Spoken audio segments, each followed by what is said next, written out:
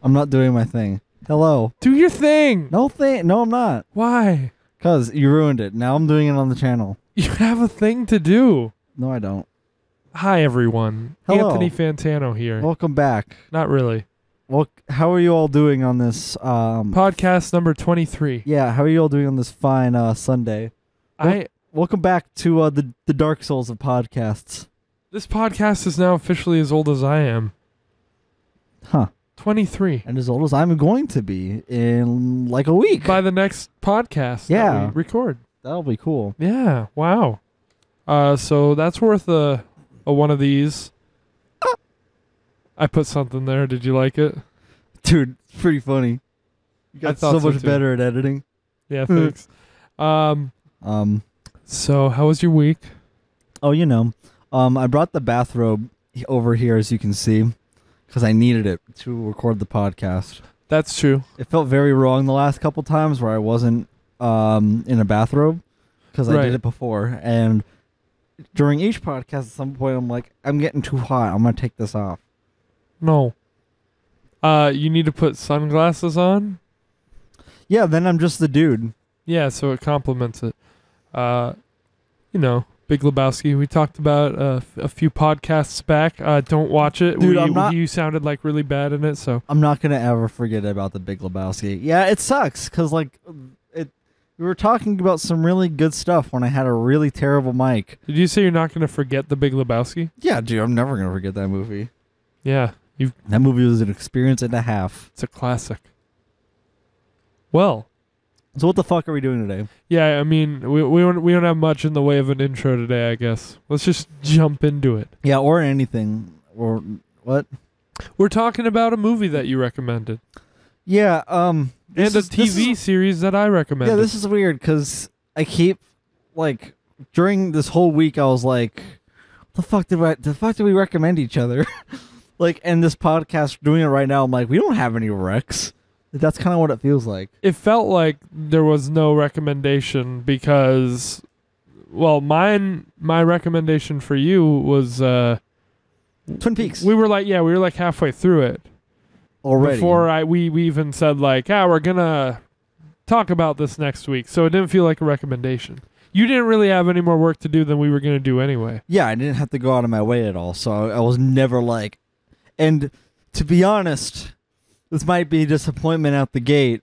I'm not really super keen or have much to say on my recommendation. On your recommendation? The recommendation I gave you. Okay. And yours. Yeah, I thought you meant on Twin Peaks at first, but then I realized you meant yours, and then I was also confused because I saw your rating on it on accident. I'm not going to pretend like I didn't. But, maybe I should just pretend I didn't. They didn't hear that. You don't know what it is at all. But I thought you were keen on it. So let's get into it. Why not? I mean, sure, but I don't think I have a lot to say as compared to the other podcasts. It's going to be you most of the time, Big Chief. We're going to... No. I need you to drive. I do need you to drive on your movie. Okay. We can... We can be driving and not know where to go. We can discuss Twin Peaks Season 1 equally. But that's not what we're talking about first. Oh. What we're talking about first... You're saving that for later. ...is your recommendation. And your recommendation was... Get off me, May. Was... Oh, a little off key there. The Beatles' Yellow Submarine, not the album, the movie. The animated movie. And the album doesn't have all the same songs as the movie. No, but it does have all the songs that are in the movie in the album. Wait, what? It's that thing where it's not all this is that, but all this is that. Wait. Are you serious? Yeah, all the songs that are in the album are in the movie, but not all songs in the movie are in the album. Now I'm confused. I feel like you want to talk about this first, because you did bring it up first. I do, because look, there's the Yellow Submarine album, which came out in 1969. And I feel like not all these songs were in the movie. I'm pretty sure they were. Are you really? Yeah, because half the album is just... well, then why is there... In 2014, stuff. There's the Yellow Submarine soundtrack. And that seems like... Yeah, I remember hearing all those. but they're different albums. There's a movie soundtrack, and then there's just the Yellow Submarine album from That's true. 1969. So what's my the soundtrack looks like it's a remaster or re-release of the Yellow Submarine album, which but I don't know Eleanor why they would do Rigby that. and was Lucy in the Sky with Diamonds really? It's not in. Yeah, it's Yellow not on the Submarine. original one either. Well, it's because both of those songs exist in different albums. Yeah. See, the other ones don't, which pains me. Like when I made the discovery, when I learned that Hey Bulldog didn't exist on, like, example, the Revolver or something, I was hurt. I was big hurt. Why? Cause that's like the best song in the whole movie. Do you really like not liking this album? No, Okay. I really enjoy the first half of it. Okay. I like how we're talking about the album instead of the movie. Well, the album was in the movie apparently. I'm a little confused on it.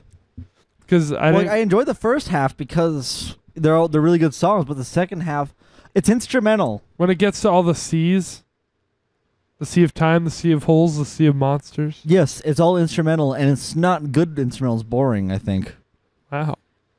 I think, okay, they're fine, and they're fine for a movie soundtrack, but as a Beatles album, you can see why it ranks the lowest. All right. Fair But enough. the rest of the songs are really great. All together now, fucking, what's the George Harrison song? It's All Too Much. That one's really good. Oh yeah, it's weird. They did put All You Need Is Love, which is already on a Magical Mystery Tour. Was that song in the movie? Yep. Okay, I thought so. Yeah, okay. Now I remember.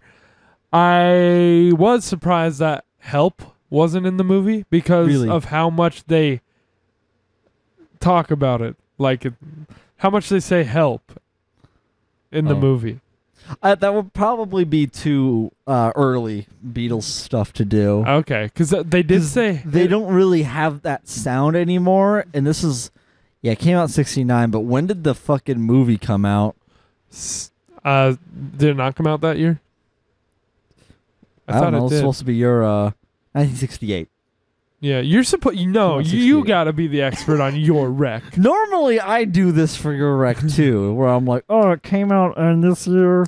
Well, I purposely didn't look things up for this movie so I could ask you. So this was like after the White Album came out. Right. But, yeah, I guess the first thing I'm So going to you say don't- about the actual movie is that they said help a lot. Yeah. And they said H-E-L-P and all this stuff. And I was like, they're going to play that song. I don't know. If I thought Help. I thought if they played Help in the movie, I thought it would have been really kind of jarring. That's a good song. It's a good song, but I just think it's such a different sound that they have. That's true. And it was like, it's like how many albums ago by that time? Like 5 or 6 albums ago? Fucking dude, I don't know. I don't fucking know. Actually, no, it's probably like 3 or 4. No, it's like 4 or 5. Let's talk about the movie. Yeah, let's talk about the movie for once. So it's been a while since I've seen it, but You didn't rewatch it. no, I've seen it plenty where I can like hold a conversation about it. Okay. I've seen it a lot. Well, yeah. This movie, I guess, to give my brief thoughts, I think it's definitely an experience. It's an Yeah. experience to me first, and I feel like people who like the Beatles or who are open to them or really like animated and like super artsy like type of Film. film, sure. Media. I was gonna say like just different art scenarios and all that stuff. Mhm. I think it's a real treat, no matter how you're gonna slice it. So to give a synopsis, Yellow Submarine, it's about the Pepperland is being attacked by the Blue Meanies, Yeah. and so the mayor's right hand man, I think the lieutenant, one of the the big dog, takes off in a yellow submarine through the sky, while the Blue Meanies take over in search of the Beatles, so they can bring back music and bring back the joy, because blue meanies are like, no joy allowed. We're going to make everything all gray and sad and mean. And not blue. But And here's the Beatles hang on a second. are all about spreading the love. And that's Wait. the movie. Did we watch the same movie? I'm just fucking with you. No, we did. There's no way you didn't. I'm just fucking with you. Why didn't they turn everything blue? Huh? They turned everything gray. I don't know. That's my biggest complaint. No, I'm just fucking with I you. don't think I'd be. I think I want to be upset This- if they this movie- turn everything blue. Mm-hmm.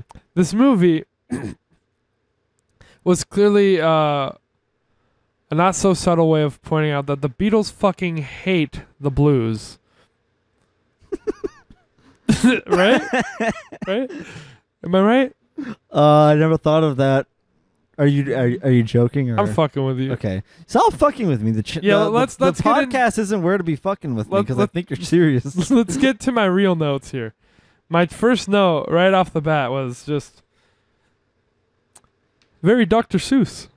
Oh, dude, yeah, but like if Dr. Seuss dropped acid, Yeah, it felt like the Lorax he at first. probably has. Let's be honest. Oh yeah. I mean, yeah, it's really like whimsical, colorful type of setting that you have, but all the drawings and characters are drawn super crudely.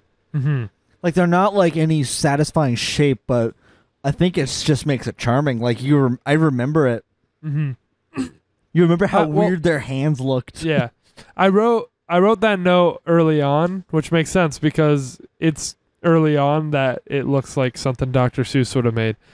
As it goes, it looks the art style keeps changing, and shit gets like a bit strange and uncanny at points. Yeah, it's kind of wild. That's why I said it's an experience. Yeah.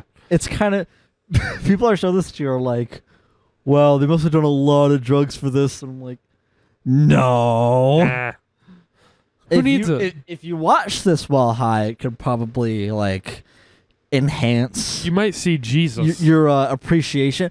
I'm gonna put that on my bucket list to watch the old Jesus? Submarine while stupid high.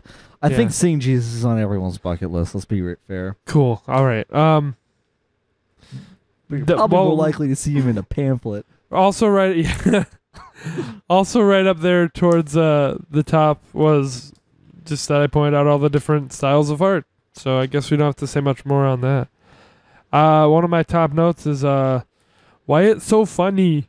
It's really funny. Why is it such a funny movie? I'm I glad didn't know if it was intentional. I'm glad you thought it was funny. No, it's really it's genuinely funny. I know. Like Half of my notes are quotes again. The fact that that's great. The fact that the enemies are called blue meanies. yeah.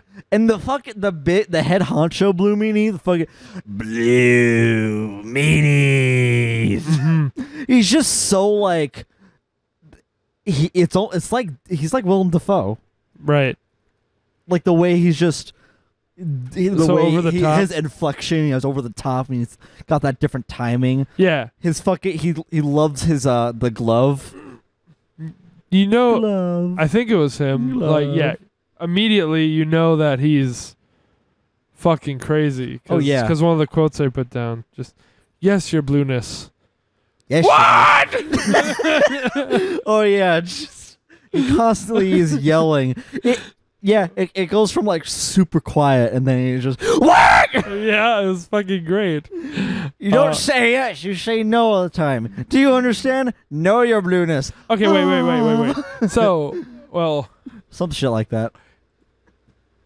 yeah, a couple people told me they thought this movie was actually kind of boring. And I'm not just talking about Mo. My mom said that too. Because Really? I guess she watched it when she was young. Really? And she Oh, was like, she was I thought young. it was kind of boring. And then I was like, huh. Like, this was before I even got to see it. Interesting. I thought your mom would really like it. I didn't think it was boring. But Good, well, bless. I think they like the music. But I think want it's too funny, and when it's not funny, when nothing's going on, you get like these like crazy images and art to appreciate. And I agree. different imagery and all that. Gives you a lot to work with. But I just wanted to say that before I forgot about it. Yeah, what I really especially when they go to like when they're all there and they go down, like there's all those monsters, like, and you take that pen away from me. And it's kind of like a cliff off type of thing, like hell almost.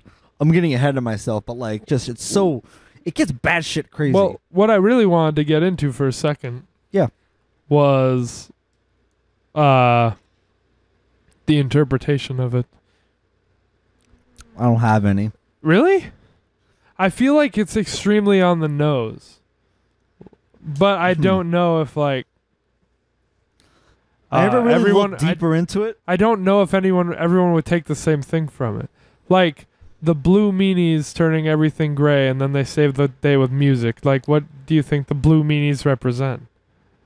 Or do you not think they represent something? Oh, I mean, yeah, I think it's sadness. Or do you think it's like war or like what? Well, war and I think more than sadness, or just not. Because you gotta consider the time period. Well, like because I was thinking sadness at the time, but like the blue meanies themselves are kind of like the people who are sticklers about that, who's saying like, oh, rock is the devil's music and all that, like the total fucking like.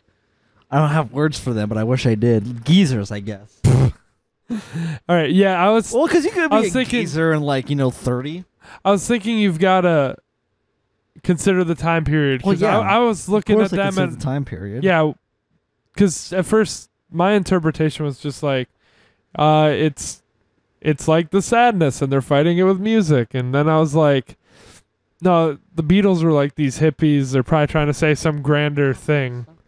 About the music scene at the time, or about war or something, some bigger picture thing, and not just like sadness. That was definitely just John. The Beatles are more like all about spreading love and all that. That too. Hippie stuff. Yeah. So that's kind of like how they were fixing everything. They spread the love through their music. Spread the love, man. Yeah, of course you got to consider the time period, and that's why I say like, that's why I immediately think of those type of people when thinking about the blue meanies, because my dad loves to keep sharing the story of how he would get kicked out of he would get kicked out of school. I wasn't sure if it was high school or college, probably college, for having like his hair touch the top of his ear. Damn. And that was like 60s. Like right at this time this movie came out, right? They're absolutely like you can't have long hair. Hell, even one time one of his band instructors, he was just practicing on one of the pianos there. He was actually playing Beethoven, and the dude comes in like, "Quit playing all this rock and roll music to fucking Beethoven." And so it's just like different times, man. Chill out, man. It's crazy. Yeah, but I mean, it's just. Times are different. We're not like those type of hippies, but we can definitely still like the message still is relevant. Yes, to us musicians. I did write people there. We refer to them as Karens now, but I did write that I think I liked every song in the movie, which I wanted to point out because I know that you said you weren't fond of the album. But I guess we already talked about the album enough. Well, okay, if you listen to the album, again, half of it is instrumental music. Right. And then it's just like this kind of a drag when you which kind of fits in better in a movie. You're not thinking about it's like, it accompanies something, so it's fine. When they put that in the album, it's just like why? Yeah. It's kind of like just listening to the score of something that's meant to accompany something else. And people do that. I just don't. Well, sometimes the scores can be really good, but in the context of Beatles, I don't know. Like, give it a listen for yourself. You'll really like and remember the songs that were in the movie. But then once it gets to like Sea of Green, and it's just like, oh, I mean, it's all kind of avant-garde type of soundtracks. Really, almost like Revolution 9. Don't you pull that?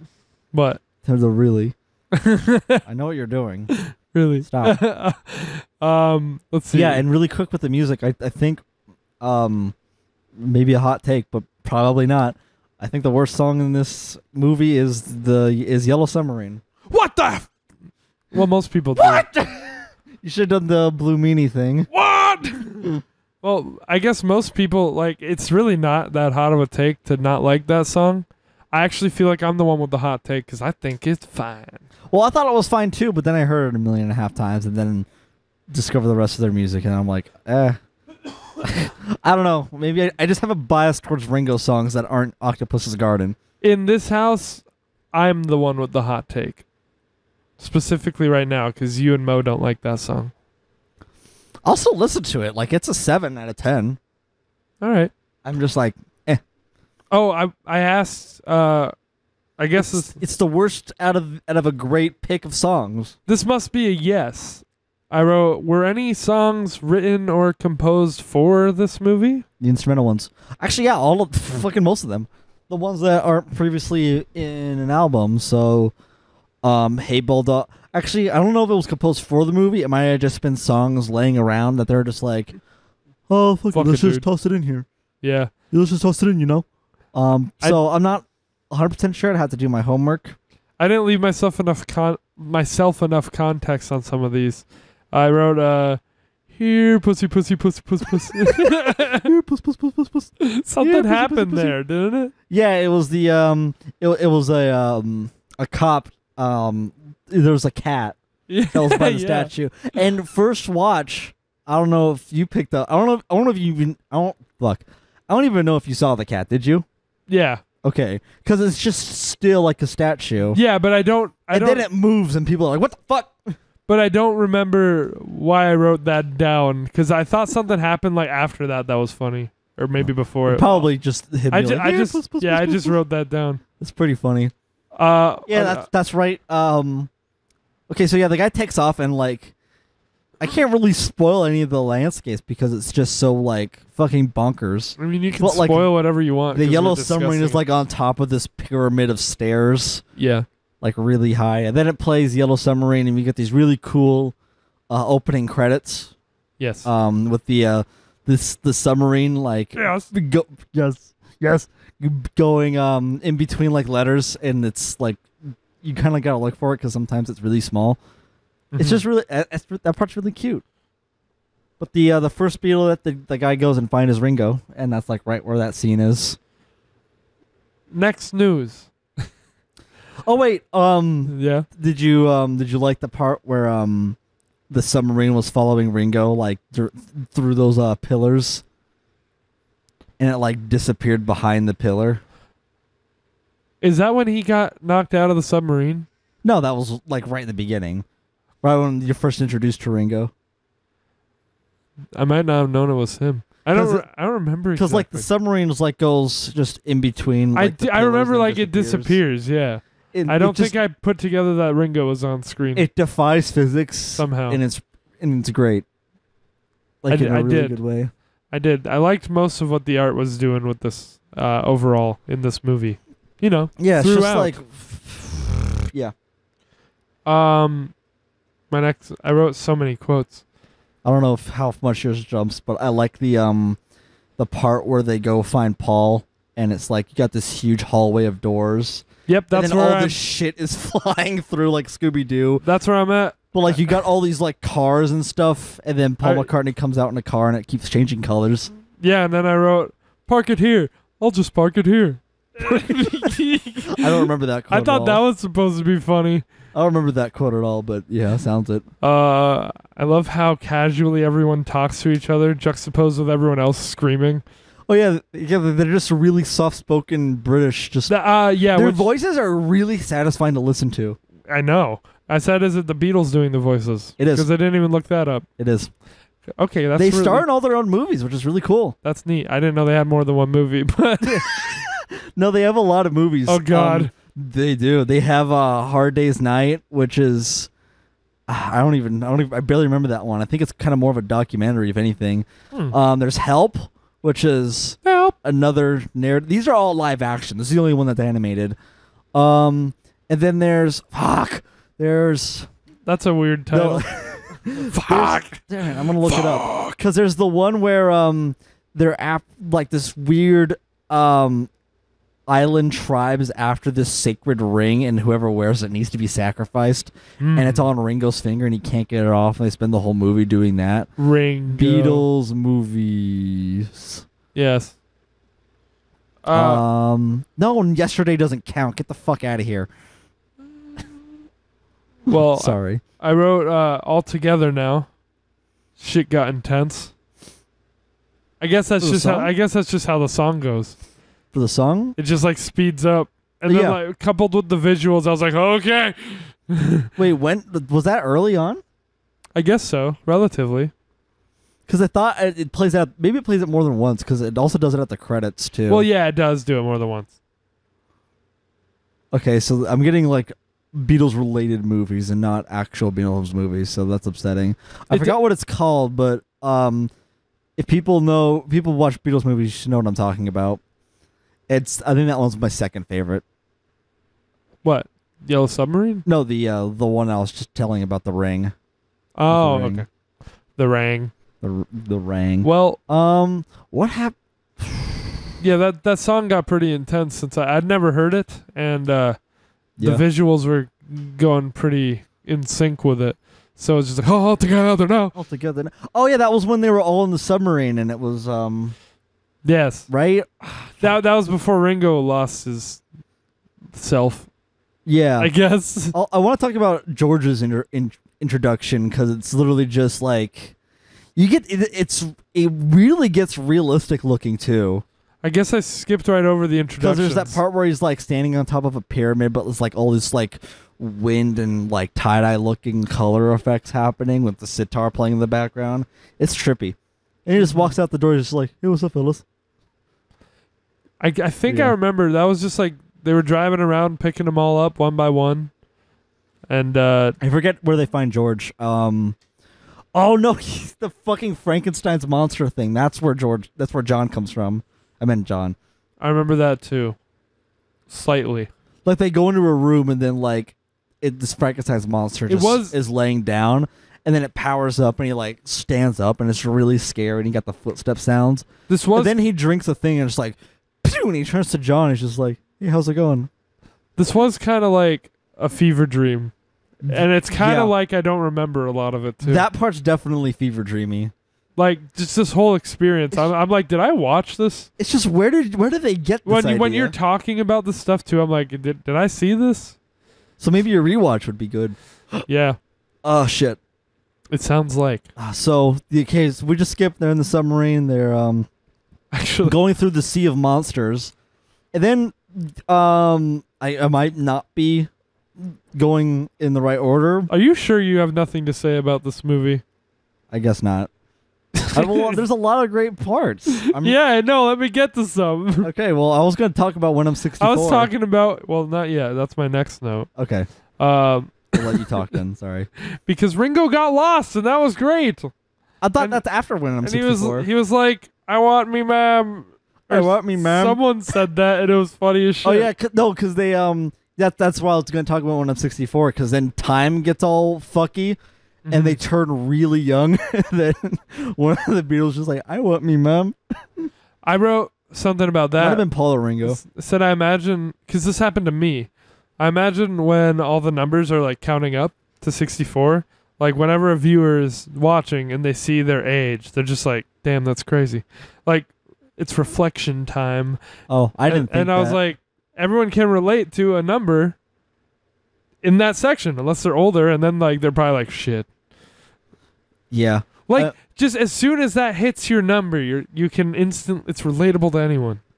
I never picked up on that. I was just like, how funny numbers look funny. I don't know if it was supposed to be.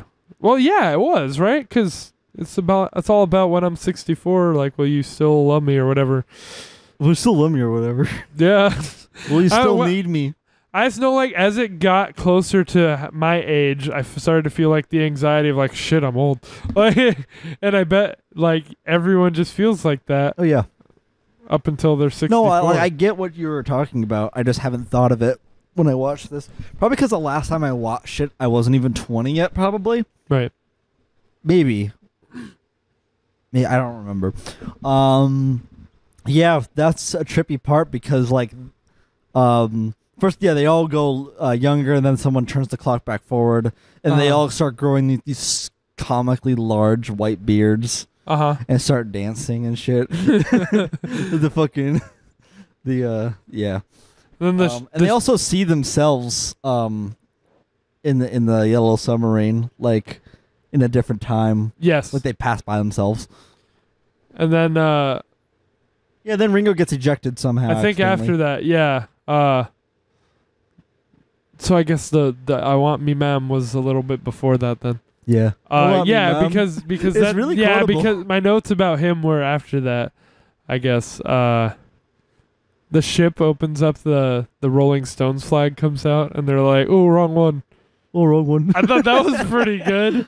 That Oh yeah, well they try to get him back, they hit a button and just all these fucking compartments of the but submarine open up and random shit. I like that nod to the Rolling Stones. I thought that was pretty cool. Yeah. I don't really listen to the Rolling Stones, but I was like, hey. Yeah, and then Ringo's running around. He's like, help! And then when he finally gets back, how was it, Ringo? Arrowing. What's up? Then when he finally gets back, how was it, Ringo? Arrowing. Harrowing. I was just, Yeah, I was they're trying dying. to go after him for like the next 20 minutes or so. And like in the sea of monsters. And the fucking vacuum monster is actually terrifying. Mm-hmm. Like the one with the big vacuum nose. Right. And he ends up sucking up everything, including the background. So it's just a white nothing. And then it sucks up himself, and then somehow the submarine is just boop, it's still there. My notes are so bad for this movie. You want to hear my next one? What's up? I think I burned me finger. Dude, that's one of my favorite quotes. I think I burned me finger. I think I burned my finger. That's just Yeah, because he sticks his finger in this weird thing, and he like this drawn out like zapping animation sound. It's just like, whoa. So what do you think? I think I burned my finger. I think I burned me finger. Yeah, I thought it was great. I don't remember the context of so many of these. Like I really should have that's why given myself a bit more. I'm giving them to you. Yeah, perfect. The part with then we're at the part with Jeremy, which oh wait, that was the motor, right? yeah, it was the motor. I showed you my motor. Please respond. Huh. I don't remember why. The part with Jeremy is, I think, my favorite part in the movie. Sorry, my dumb cat put her arm through her collar hole. Okay, there we go. That's funny. There we go. She came up here for us to save her. Yeah, she was like, help, please. Help! Help! Now she's all good. So, yeah, the part with Jeremy, the Nowhere Man, that like sparked my love for the song. And every time I hear it now, I think of Jeremy. I liked that song. That song's on Rubber Soul. So it's not on the Yellow Submarine album, but it already exists. Yeah, you know what? Weird that they didn't play. I guess never mind, because Rubber Soul's kind of old, right? Rubber Soul's the album that came out after Help. Right. Yeah. So it's kind of old. Yeah, it's like 65. Well, I guess maybe they figured they made enough references to Help. Yeah, I guess them saying enough was Help. They said it a whole lot. And they had probably enough songs anyway. And then I wrote Booby. Booby. I don't know why. Boob. Yeah, he gives him. He just he talks like all crazy, saying stuff like quid pro quo. I had a note. And he talks in rhymes too. I had a note about. Who are you talking about, Booby? I'm talking about And then, I have a quote for you. The Nowhere Man. Yeah. Because I wrote a little note about Nowhere Man. Do you remember that quote? What? Food. Foot? Food. Food. They read out that he gave him a piece of paper that said PhD on it, and they were just like, food. No, I don't remember that actually. It's great. That sounds good though. It made me sad for Jeremy at the end of the song. There's just too much too much going on. Like I feel like I would need to see it a bunch to discuss it as fluently as you are. as I am. Yeah, I was waiting for the compliment. I had trouble with that one. Yeah, okay. So I said I can really hear some Nowhere Man in Green Day. I don't know if you agree. I've wrote like specifically. Now that I think about it, yeah. I wrote specifically like the Nimrod era and Worry Rock. Like the way it's like, and I guarantee we'll have the road. That like part of that song reminded me of Nowhere Man. Is listening. I mean, The chorus of Nowhere Man. Paul's been open about liking Green Day and Billy Joe. Yeah, and every band was inspired by the Beatles pretty much. So, I mean, especially like we know Green Day was. So I just thought it was pretty cool that song really, for some reason, made me think of Green Day, and that song in particular. I could see it. So it was more of the rocky kind of songs, and I really like it. I wanted to ask, and it's like they're going in a circle around him, and then like they end up going backwards after like this trip and like an ostrich and the rainbow and everything, and then Jeremy just starts crying because they're leaving him, and then it's just really sad because I love Jeremy, and they take him with them. Mm-hmm. My next note was about the music again. Who sings Lucy in the Sky with Diamonds? John. Okay. It's like a weird voice at the beginning, right? Like before the chorus? Picture yourself in a... It's weird words. No, that's all John. I'm pretty positive. Yeah, the problem is that I don't remember anything enough. I'm just like, I wrote that down for a reason. I heard that beginning part, and I was like, who's singing this? And now I'm like, why was I wondering who sang that? I could play it for you really quick. That might help. I'll just find it really quick. Let's hear. Yeah, it's a little instrumental part. Yeah, the Lucy in the Sky with Diamonds part. Yeah, he sings a little bit higher. Yeah, he's singing a little weird. It's kind of how he sings on Sgt. Pepper. Nah, I thought it was Picture yourself thought it was Weenie in a boat down the river. Yeah, yeah. I liked that song though. Yeah, it's a great song. That whole part is really trippy because, like, every few other frames are like different paintings, mm-hmm. and it's all super colorful and all that, and it's really cool. It is going to be hard for me to talk about the animation because I love that part. It all like kind of blended together for me, I guess, into one trippy. Well, that's what happens on our first watch because like there's so much that's going on, you can't remember all of it. I can't tell you one part. I can just like picture the movie. You can picture and its yourself visuals. on a boat in the river. No, I can just picture its visuals. Yeah. Like in general, but I can't, like, if you want to point something specific out, like, I just have no memory of it. It's so abstract. Like, it's hard. If you rewatch it, you'll definitely notice what I just mentioned. Yeah, I feel like I would need to just, like, to rewatch it multiple times to be able to pinpoint each scene like you are. I think for me, like, a lot of the rewatch, I rewatch it for, like, lots of the music. Which I guess makes sense of why the other songs aren't included in the albums mm-hmm. or in other albums or anything. So that way I have a reason to go back for it. But I definitely had a favorite song, but I didn't write down which one it was. It's Hey Bulldog. Is it? It's the best song objectively. Is it? How's it go? Doom doom boom doom doom doom doom no. doom doom doom. Really? No. That's definitely my favorite on this movie. That doesn't surprise me, but yeah, I don't feep that one as much. It was like pretty upbeat. I liked one of the slower ones. Ah, that's right. You do like slower Beatles stuff. Yes. I tend to like the opposite. I do. Slower and melodic. I don't know. I just think that one has such a great riff, and it's so good. I know that George's solo on it is really great. That's a real popular one. It carries the album, in my opinion. But another quote. This place reminds me of Blackburn, Lancashire. And it was just like a bunch of fucking holes. I was like, what the fuck? Oh yeah, the Sea of Holes is one of my favorite. Okay, please tell me you have my favorite quote written down in your notes. I don't know. Where is it? It's right with the Sea of Holes. I've got a hole in me pocket. I've got a hole in me pocket. I wrote that one, yeah. That one's my favorite. That one had me fucking hollering. You just Ringo just playing with the hole and he shrinks it, shoves it in his pocket. Oh, Yeah, I've got and a then- hole in me pocket. And then a bunch of fucking old cartoons would do that. Where they just grab a hole and fucking throw it and then Oh go yeah, through it. yeah. I don't know I where have that... I have a magic trick that's based on that. Really? Yeah, I don't know where that whole I thing can comes tell you from. about it later. It's really cool. You should perform it later. I don't know if I can. It's a little tough. I spent, I think, a good year and a half trying to get it solid, and it's just not practical. But maybe I could. Do you say you've it got a for hole ya. in your pocket when you do it? Yeah, I figured. absolutely. Because when I'm done with it, I just take the hole, put it back. I go, I've got a hole in me pocket. And then the boomers will be dying, and then Zoomers are like, "What the fuck's he-" okay?"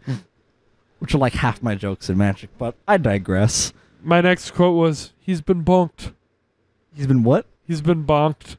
He's been bunked.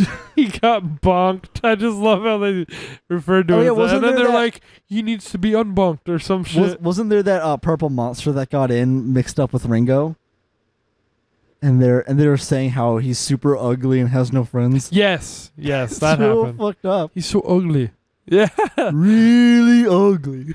I don't remember the context of anything. It felt like, I know it was a linear story, It basically feels like you but got. it feels like a stream of consciousness. It feels like you got really high or ate too much ice cream, and went to bed. Had this string of fever. Had this long fever dream. Woke up and was just like, "What the fuck?" Like David Lynch could have directed this. If David Lynch directed it, it would have been. Less weird. There would have been. Yeah, I don't know. It There just would've felt been- like a fucking stream of consciousness. There would have been more. I know it was a narrative, but There would have been more it's all gone. nuanced meaning with this that he would have put in, oh yeah. and I feel like the fact there isn't too much to interpret for Yellow Submarine is why I like it so much. It's just kind of, Well, it's just I think cheerful. that's open to interpretation. well, it still is like it can be, but like I just kind of take it as a good time, you know. That's fine. I think, obviously, the whole thing with the meanies is a metaphor. I just am not 100% sure of what. Because I think I've got I'm it. not It's just their meanings. historically aware enough. And it's just they're the meanies at the time who are like, "Oh, music is the devil stuff." Weezer is the devil. I said music. I don't know. Blue where was a you pretty heard- good album. What type of tangent are we at here? My favorite song is probably fuck, this is Only in Dreams, maybe. I knew you were gonna say Weezer song. I was like, I'm gonna fucking Well, it's a fever dream. Okay. stop. Anyway, So the You part were- where it's where that fuck with that box. yeah, I'm just trying to avoid talking about the plot of the movie because I don't know what you're talking about. I'm not talking about the plot. I swear I watched it. Yeah, did you really watch it? I Or have did you no- watch the trailer or synopsis of it? I should No, read. the that one song. What the fuck? Where the hell is it? Where's the album at? Fine, I'll look at this fucking soundtrack.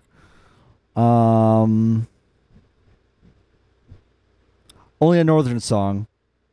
What? That song. That song? Yeah. Which song? Hold on. I'm a little confused. I'm not gonna lie. Oh, because I couldn't find it. It's I've only got a couple more quotes. fuck. Okay. It's the part where they're in the box and it shows like realistic pictures of them with waveforms and shit, and it folds different ways and they're going in circles and shit. Right. Hang on. Actually, is this the song that I liked? I don't fucking know. I would have to hear the entire like soundtrack. And then again it goes. The to boss tell goes you which- crazy right at that part. to tell you which song that I liked the most. Also, all the parts with the music is like so choreographed with it. It's great. You can really nail that with animation. Yeah. And then they finally make it back to Pepperland. Would you have any other notes? Yes. He reminds me of my old English teacher. thought that was a pretty great one. I don't remember why. Wait, that was a quote? Yeah. I didn't remember that at all. I'm dying for a bit of brekkie. I thought that was pretty great. They run to the fucking apple tree. Oh yeah. And they're like, look, brekkie. Look, brekkie. Breakfast. I'm dying I love for a how bit they of brekkie. use the giant apples as a fucking weapon. I love how bonk, they use it for breakfast. bonk. And then I was like, in short, this movie is quotable as fuck. And then I had some other How about when they like stack themselves as like the tall dudes, and then marching? They're like 1, 2, 3, 4. 1, 2, 3, 4, 5. You're like 5. Bonk. Was this at the end? Oh yeah, that's when he got bonked. Yeah, I just wrote some final thoughts, or not final thoughts, but I wrote some thoughts at the bottom. Yeah, I guess I took it to mean that people turn to stone without music, imagination, and creativity, which sounded like a Beatles thing to say. Yeah. They turn the world green again. Colorful. Add Yeah. color to it. Yeah. And I wrote another quote. I can't. Why did I write it down here? Because I was like, in short, it's quotable as fuck. And then I put more quotes down here. It's Beetle-proof. Nothing is Beetle-proof. I thought that was pretty good. Oh, yeah, the big old bowl. Yeah. Yeah, that's pretty much the end, because my next quote, or my next note was that I liked the live action inclusion. I was gonna ask about that if you got to that. Like, I love it was just like, and I've got the hole in me pocket. Yeah, and then it had all together now in all the different languages. It was just like, this feeling of unity, and it's like, yeah, very much like, hippy dippy Beatles stuff that, you love to see it. absolutely. I just love seeing like their banter together because they're kind of just goofballs. Yeah, I didn't really know what to expect of this movie, I gotta say. The Beatles are always like super boyish, and it really like shows. How about, did you like the Sgt. Pepper's Lonely Hearts Club Band cameo? Yeah, I did. Where there's like doppelgangers of them. I thought it was them. Didn't they just dress up differently? Yeah, but it's like, just like for Sgt. Pepper's, it's like it's them, but it's not them, for like the characters. Right. Yeah, I remember that. They dressed up like that, and then they played their music and turned the world colorful. I just wrote green. And they played All You Need Is Love. Well, no, they played the Sgt. Pepper's. All You Need Is Love. They played the Sgt. Pepper's opening thing, and then All You Need Is Love, and then right at the end is before he gets to live action is the It's All Too Much. It's all too much for me to take. I need to find out which song I liked, because I was pretty into it, whatever it was. I love that song too. I think that's also one of George's songs. I guess that was it. I think we just blasted right through it. How about the part where like everyone's sleeping and they're in the that closet area with all the instruments, and they step on the bagpipe and it's just like. When was that? At the end? Yeah, it's like near the end. Wasn't that when they changed their clothes and stuff? Yeah, when they had to get their instruments. Okay, yeah. I remember. I thought that was super tense. I was genuinely tense at that scene. Damn. How many times have you seen this? A lot. A fucking lot. I really feel at a disadvantage. Dude, don't feel like that. I mean, the podcast... I feel like this is a really shitty conversation because I didn't... no, you're doing fine. I wasn't able to pick up on half this shit. You wrote down all the quotes and like... That's what I did. Now you just gotta rewatch it a couple times. Yeah. True. I don't think that's too much of a chore to rewatch, honestly, considering I've done it so much. But like, this is a funny thing. The podcast ain't about like, oh, how much stuff can you remember from each rec? It's just like, just us chatting about like some stuff that one of us really wants to share. Yeah. The funny thing here, though, is that like I got into my little, if you can call it that, like criticisms at the bottom, and my top one was, I don't think I'd need to see it again. And like this whole time, we've been like, yeah, just watch it again. You're like, yeah, I'll watch it again. Yeah, I'll watch it again. I don't think I need to see it again. And then you're like, I don't even know what I've seen. I was just like, it was an experience. And then I was just like, I don't think I need to see it again. And now you're like, you missed all the shit. And I'm just like, Jesus, I guess I did. Guess you need to rewatch it. I don't know. It made honestly, sense at the time. It's just like, it's all gone now. I might go home and rewatch it. Like a dream. I might go home and rewatch it. I talked myself into it. I said I liked the experience, and I think that not knowing the songs helped with that. Sure. I guess you can't comment on that really, but I felt like... Well, I remember my first time watching it. I didn't know the song. Yeah, I felt like not knowing them made it, kind of cool. Well, yeah, it's like really cool when you first hear a lot of these. I felt like if I knew all when you first hear it all together now, it's like, oh, yeah, it's a bop. Yeah, I felt like if I knew every song in it already by heart, then it would have felt more like I listened to an album than I watched a movie. Kind of like a shuffled album, but they like took.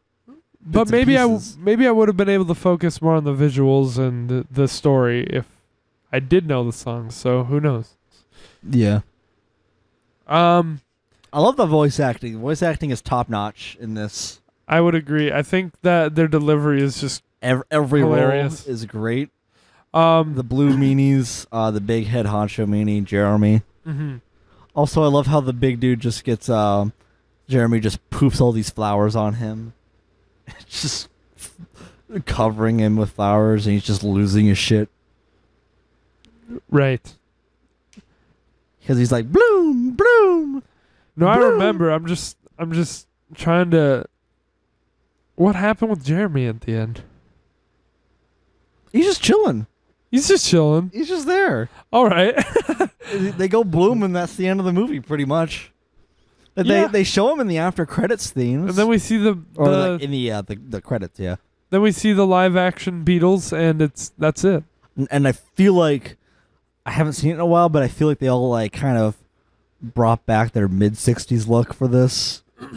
I think so. I think they all cut their hair for it, which is weird because at the time, like, I'm pretty positive White Album already came out, and that's like when John had like that huge beard.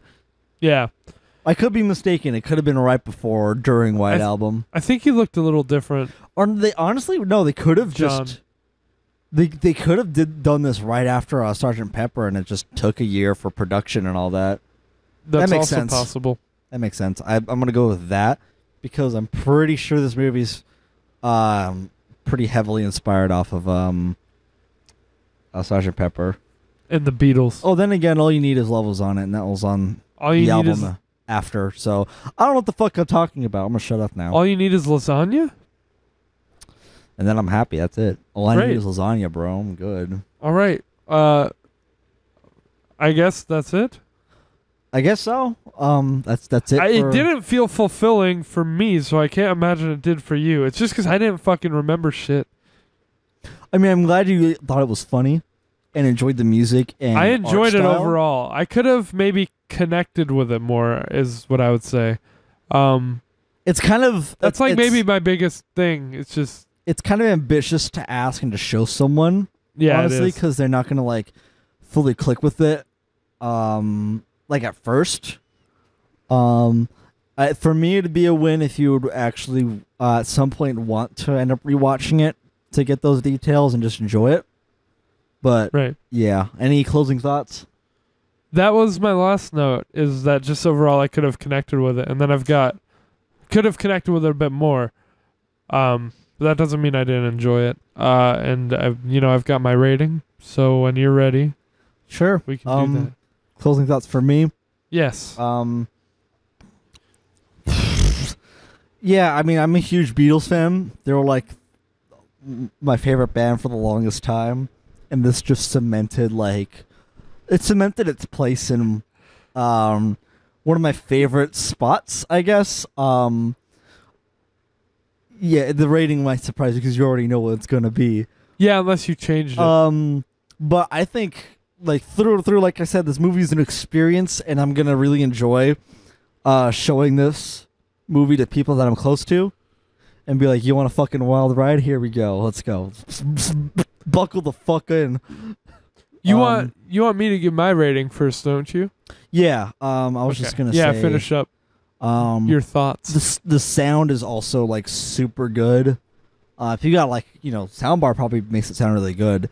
But if you got like a good sound system, and a good TV, this movie's gonna be a real treat. Yeah, just if you don't watch it on your fucking phone. Yeah, get real. I made sure to watch my Blu-ray on my best TV with my soundbar. Yeah, meanwhile, I just have a shitty DVD, but yeah, I probably ended up just finding a free version of it online somewhere. It's all right.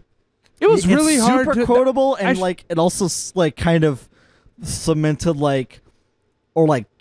gave me a foundation of what like comedy to me is. Yeah, I've got a hole in my pocket. I should quickly mention that you can't find this on any streaming services. I had to get a Blu-ray. That sucks. Also, you're not really going to see this anywhere else. Yeah, nope. Nowhere else like is going to be same doing with The something Wall. like this. Yeah, you're not going to see anybody doing stuff like The Wall. I don't know, movies are kind of just like I meant you can't find The Wall on streaming services either. Oh, yeah, no, that's hard. I thought you meant like with what's I meant like what people are doing. At least Yellow Submarine has a Blu-ray release. The Wall doesn't. Oh, really? Yeah, it sucks. That's weird. I would have thought The Wall's a more popular movie. I think it did worse in the box office than the Yellow Submarine, but I'm not sure. Well, it definitely has like more of a cult following, I would say. I don't know. I want to know. I guess I don't know, but I feel like I've heard a lot more people talk about it. Point is, I love this movie. Great. Every part of it, every aspect. I thought it was I thoroughly an enjoy experience. It's definitely an experience. One that I think you'd be smiling throughout the whole time. Yeah. Cool. So what's your rating? All right. I'm giving this one a 1 out of 10. Shut the fuck up, Donnie. I give this bullshit, Donnie. Market 0. Market 0. Dude. All right. I gave it a 8 out of 10. Neat. That's what I also gave it on Letterboxd. I'm probably talking about it so much. I'm gonna change it to a 9. Okay. I was gonna say on Letterboxd you gave it a 9. Oh, on Letterboxd I gave it a 9? Yeah. Oh, then on Letterboxd I gave it an 8. No. Okay, that's cool. So my feelings are the same. I was Sweet. like, wait. You changed it up on me. Sweet. Yeah, so it's still a 9 then. I thought I gave it an 8. Let me see. Or maybe it was... Maybe you were high as fuck. Maybe it was something else. I really wish they organized it better on Letterboxd when you look through your films. Because, like, I had to fucking sift through all this, and then I'm like, ugh, why'd I have to be reminded no, that this I can one tell you exists? gave it a 4.5 out of 5 on Letterboxd. Because I was... Yeah, there it is. Okay. Yeah, I saw it on accident. I'm giving it a 9 out of 10. The only reason why it's not a 10, I don't know, honestly. I don't think it's going to be, like that cemented of a classic for me that I'm gonna constantly be like, this is one of the best things I've ever seen. It's super enjoyable and everything, but it's gonna be a lot harder to get people to open up about it. Right. I mean, I could say I sort of feel that way with Eraserhead. I guess maybe, and this is probably my own fault, that I kind of take the movie at surface level. That I'm just here to have a good time, and this is silly. Well, I don't know. Not everything is deep. I just felt like there was definitely stuff to be interpreted here. Definitely some, but not as much as a David Lynch movie. No, or but piece of anything. I was gonna say I feel like I can't. Like if Eraserhead is one of your 10 out of 10s, it's like one of your favorite movies, and you just think it's great. Not the most successful movie to just show to all your friends all the time. Yeah, I mean, I'm not gonna not give it a 10 because I can't show. Yeah, it to my friends. I wouldn't. I feel either. like Yellow Submarine would be easier to show to friends if they like classic rock or even prog rock. Yeah. I feel like there's some movies that like could be a 10 for you, and then they're just so inaccessible. Like I think this is just such a strong 9. You know. Sure. I love it. It's great. Let us move forward to Twin Peaks. That's not the song. What was that? No, that is. It's just a bit. Yeah, it is. It's just a little bit into it. Because it's just.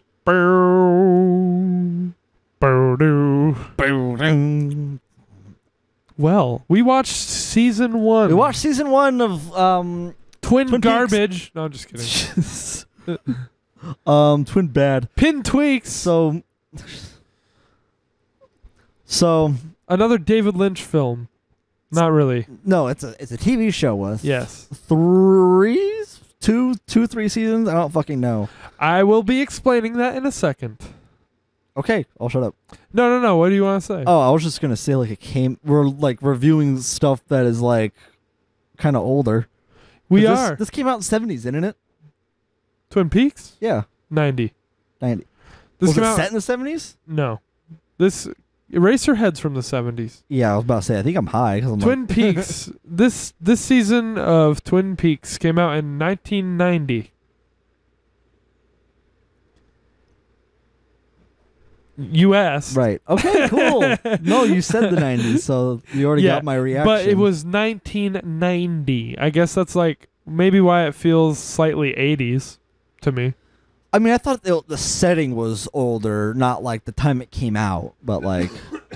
I don't know. I guess it's never... it might be explicit. I don't know. I think it is like set in the time it came out, though. As far as I can tell. I don't know. There's like diners and you got these jukeboxes. 90s, you got like... I don't know, radio and fucking neon-looking lights. I feel like it's early 80s at the very least. Interesting. I don't know. You can maybe check if it says anywhere when it's set, but I just assumed 1990. That's makes sense. I feel like I would have just seen a lot right more. right off of the. I would have 80s. seen at least one computer if it was in the 90s. This came out like a Windows 95 computer or some shit. This came or out DOS. right the same year as Wild at Heart, another David Lynch movie we just watched. Yeah, that's So- crazy.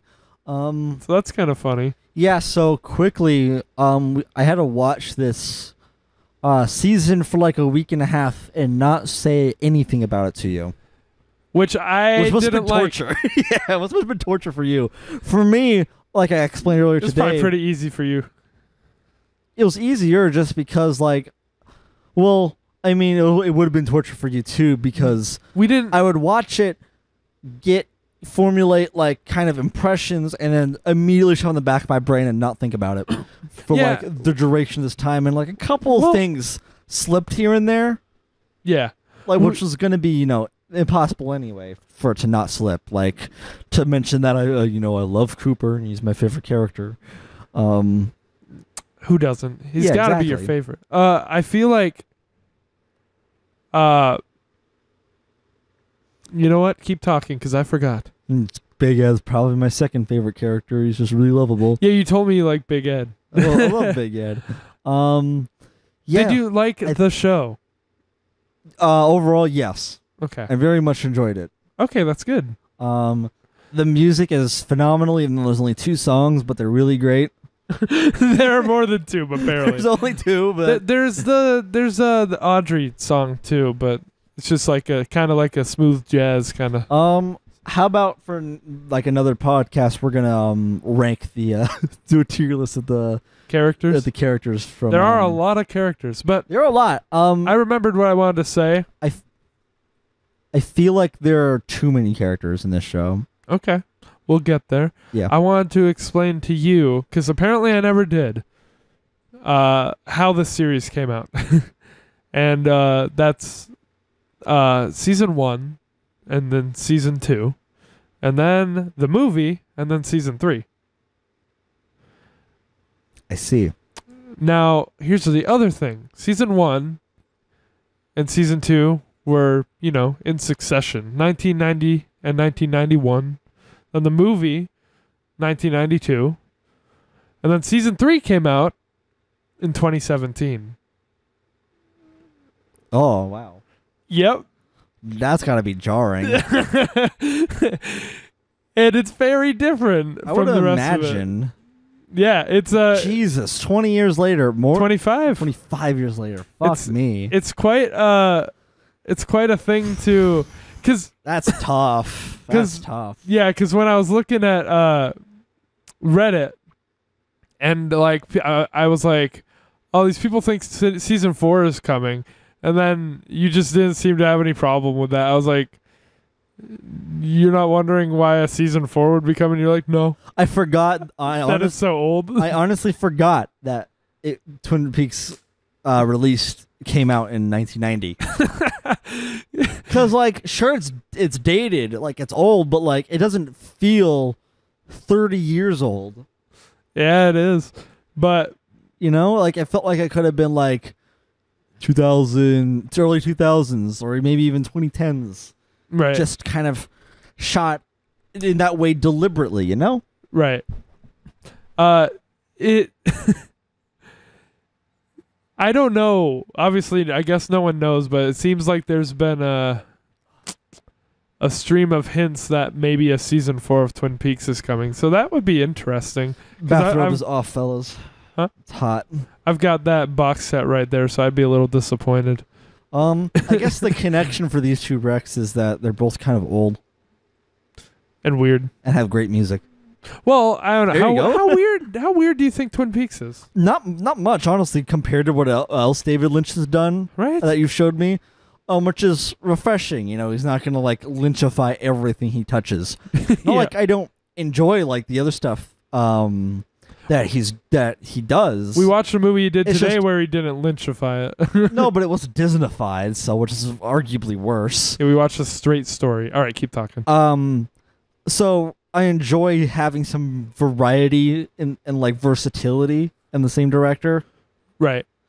So that's what helped me enjoy Twin Peaks a lot more. It feels like there's a defined story, but there's a lot of mystery, Right. and I love a good mystery. Mm-hmm. And it's at least the season finale wasn't like, oh, there's aliens, you know, like some TV shows have actually done. Yeah, there's a cliffhanger in the finale, but I want to just, I feel like it's kind of hard to talk about a whole season of television, so we got to structure this right. Yeah, we kind of got to make Correctly. it more A broad. bit, because I'm going to have a few questions for you. I should have written them down, but I didn't. So, like, what Yeah. was your... So wait, really quick to give us to synopsisize it. Twin Peaks. It's about a family finds not family, but people find the dead body of Laura Palmer Yes. washed up at the shore, Wrapped in plastic. and it's wrapped in plastic, and it's a really Mr. Eraserhead in this. it's in the really small town of Twin Peaks. Yep. Mountain town. Yep. Yeah, which is what state does it say, or is it just like kind of I think it's supposed to be Washington. really? I thought I was gonna say it's definitely more. I'm up actually north. going to check. It's Washington or Oregon. I don't think it's California. It's definitely more north. I thought it was gonna be like northeast, like Wisconsin or some shit. I heard it's a real party city. So, yes, you were giving the synopsis. Yeah. Right. And they call in an agent of the FBI because the case involving murder is a lot bigger than the small sheriff's department can handle. And then, thumbs up. It is It's Washington. Washington. Cool. Supposed to be. There's not really and a to Twin really Peaks. be Cooper about a beautiful landscaping. Beautiful. What kind of trees are these? Serene landscape. Serene landscape. Remarkable. There Blue are ducks skies, in the golden pond. sunshine. Yeah.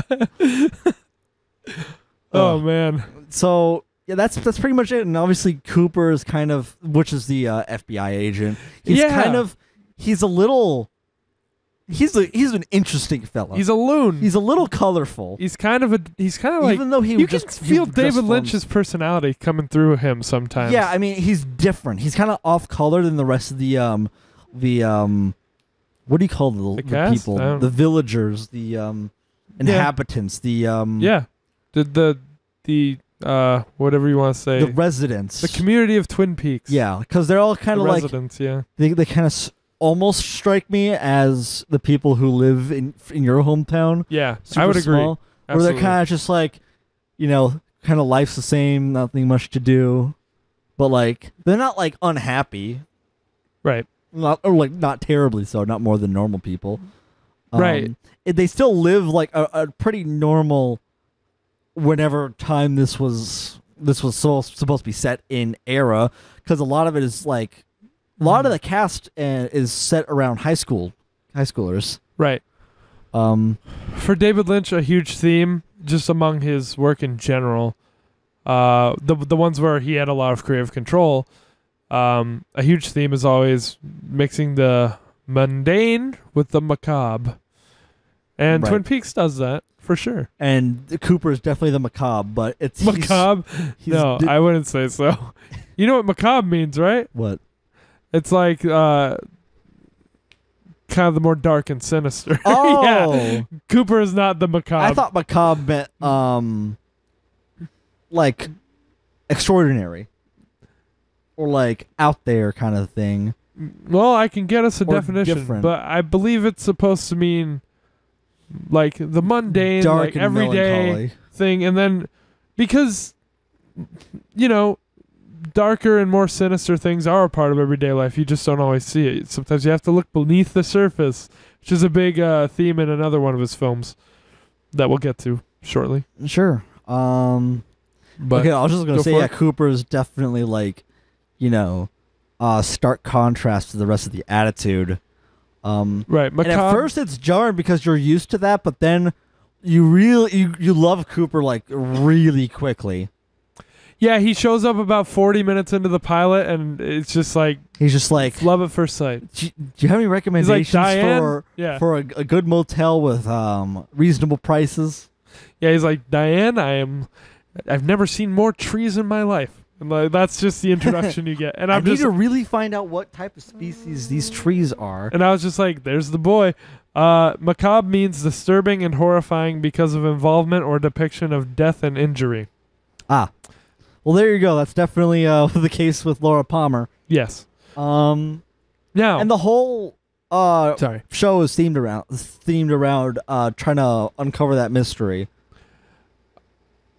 Yes. Cool. Or at least the first season. Yeah. I'm not gonna say shit because I imagine since you enjoyed it, we're gonna keep watching. I wanted to say no. You have to wreck the second season. Stop. I wanna ask some things because I guess that's the best way to structure this, and so we're not talking forever. I know you're going to have some things to say about the characters, and you'll have the stuff that you didn't like as much, I'm sure you want to mention. But I want to ask some questions. So sure, Q&A time. From just the pilot, what were you feeling after just the pilot? If you can put yourself back there. More. Okay, so you liked the pilot. More. Yeah. No. No. So, what happened directly? Like, what was at the end of the pilot? Because we watched the second episode like right after. So in the pilot, yeah, you did want to watch more right after.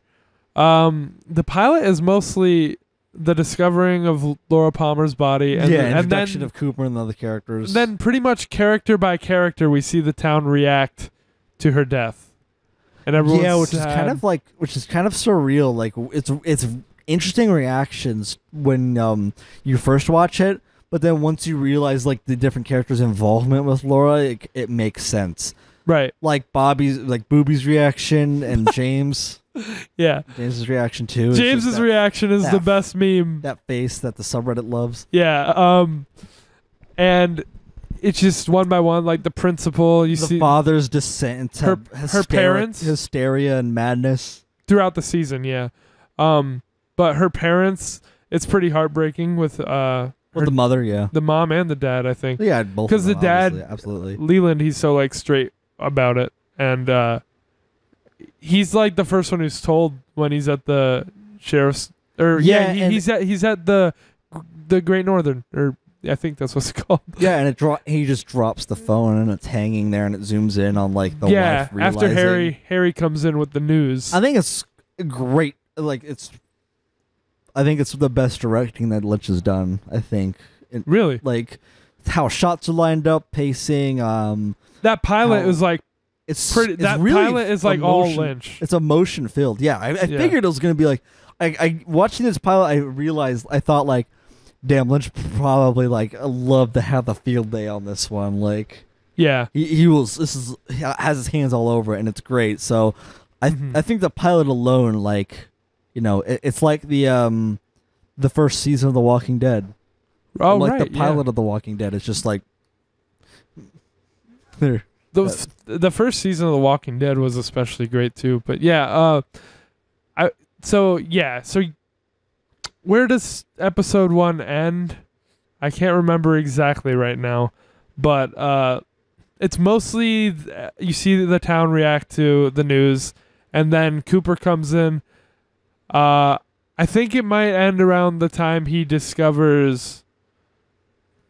Spoilers. Oh yeah, of Spoilers course. ahead, everybody. Of course. I know in the first episode was when he looks at the tape of Laura and Donna dancing, and he zooms in on her eye and finds the bike, and he's like, "We're looking for a biker."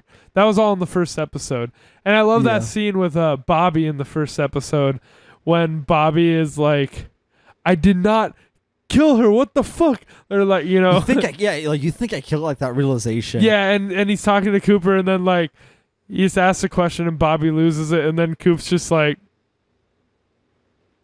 he just smiles and looks over at Harry and looks back, and he's like, "Here's how it works. We ask the questions, and you answer them." Yeah. And then Like Cooper's like super like childish, like at times, like boyish, not childish. yeah. And like He's charming. yes, charming, and like all these, like, he's super colorful, but like he can get to business sometimes. Yeah. And man, does it get my PP stiff? Yeah. Get a fucking boner with a capital O. we yeah, Lynch reference. We gotta rank all the dudes of Twin Peaks. Based on looks. Yeah. Cooper obviously S, and then Big added A. Then the rest of them. Then the rest of them. No. And then James's forehead also at S. I've gotta ask some other questions. I want to ask about how you felt about the. I'm not gonna call it by name because you haven't heard that term yet. But the first, I guess, strange dream sequence with the red room with the curtains and the dancing dwarf. I'm not going to use the word Cooper used. And the zigzags on the floor. You know the scene I'm talking about, where they're speaking backwards. Right. Which is pretty cool how they did that, too. They had the actors, obviously, like, say the lines backwards, and then he reversed it. Like, he had people say words backwards, so when he reversed it, it sounded like they were saying it forward. Oh, right. Obviously, we did that on the channel. Yeah, it didn't sound amazing, obviously, and that's why there's subtitles. But like, it's a cool concept. Well, yeah. And I think like this is how I did it with Mo when we watched it. And I think anyone else I showed it to going forward, I'd show them the first 3 episodes, and if they're not hooked by the end of the 3rd episode, I'd say, okay, we don't have to watch anymore, because that scene got me being like, ooh. I don't know what it did for you, if anything. What was the question? I'm asking what you thought about that scene. It's at the end of the 3rd episode. No. I thought that scene.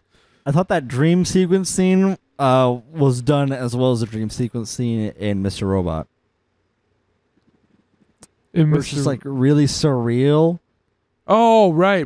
Done super well, I think. That you're talking about the scene I was just telling you about. Yes. With the dancing little person and and Laura. Yeah, in the red room. And the backwards speaking. Yep. She whispers something. I love how he wakes up and he starts. He's just like, I know who killed Laura Palmer. Yeah, and then he snaps along to the music. Then the next episode starts. He's like, I forgot.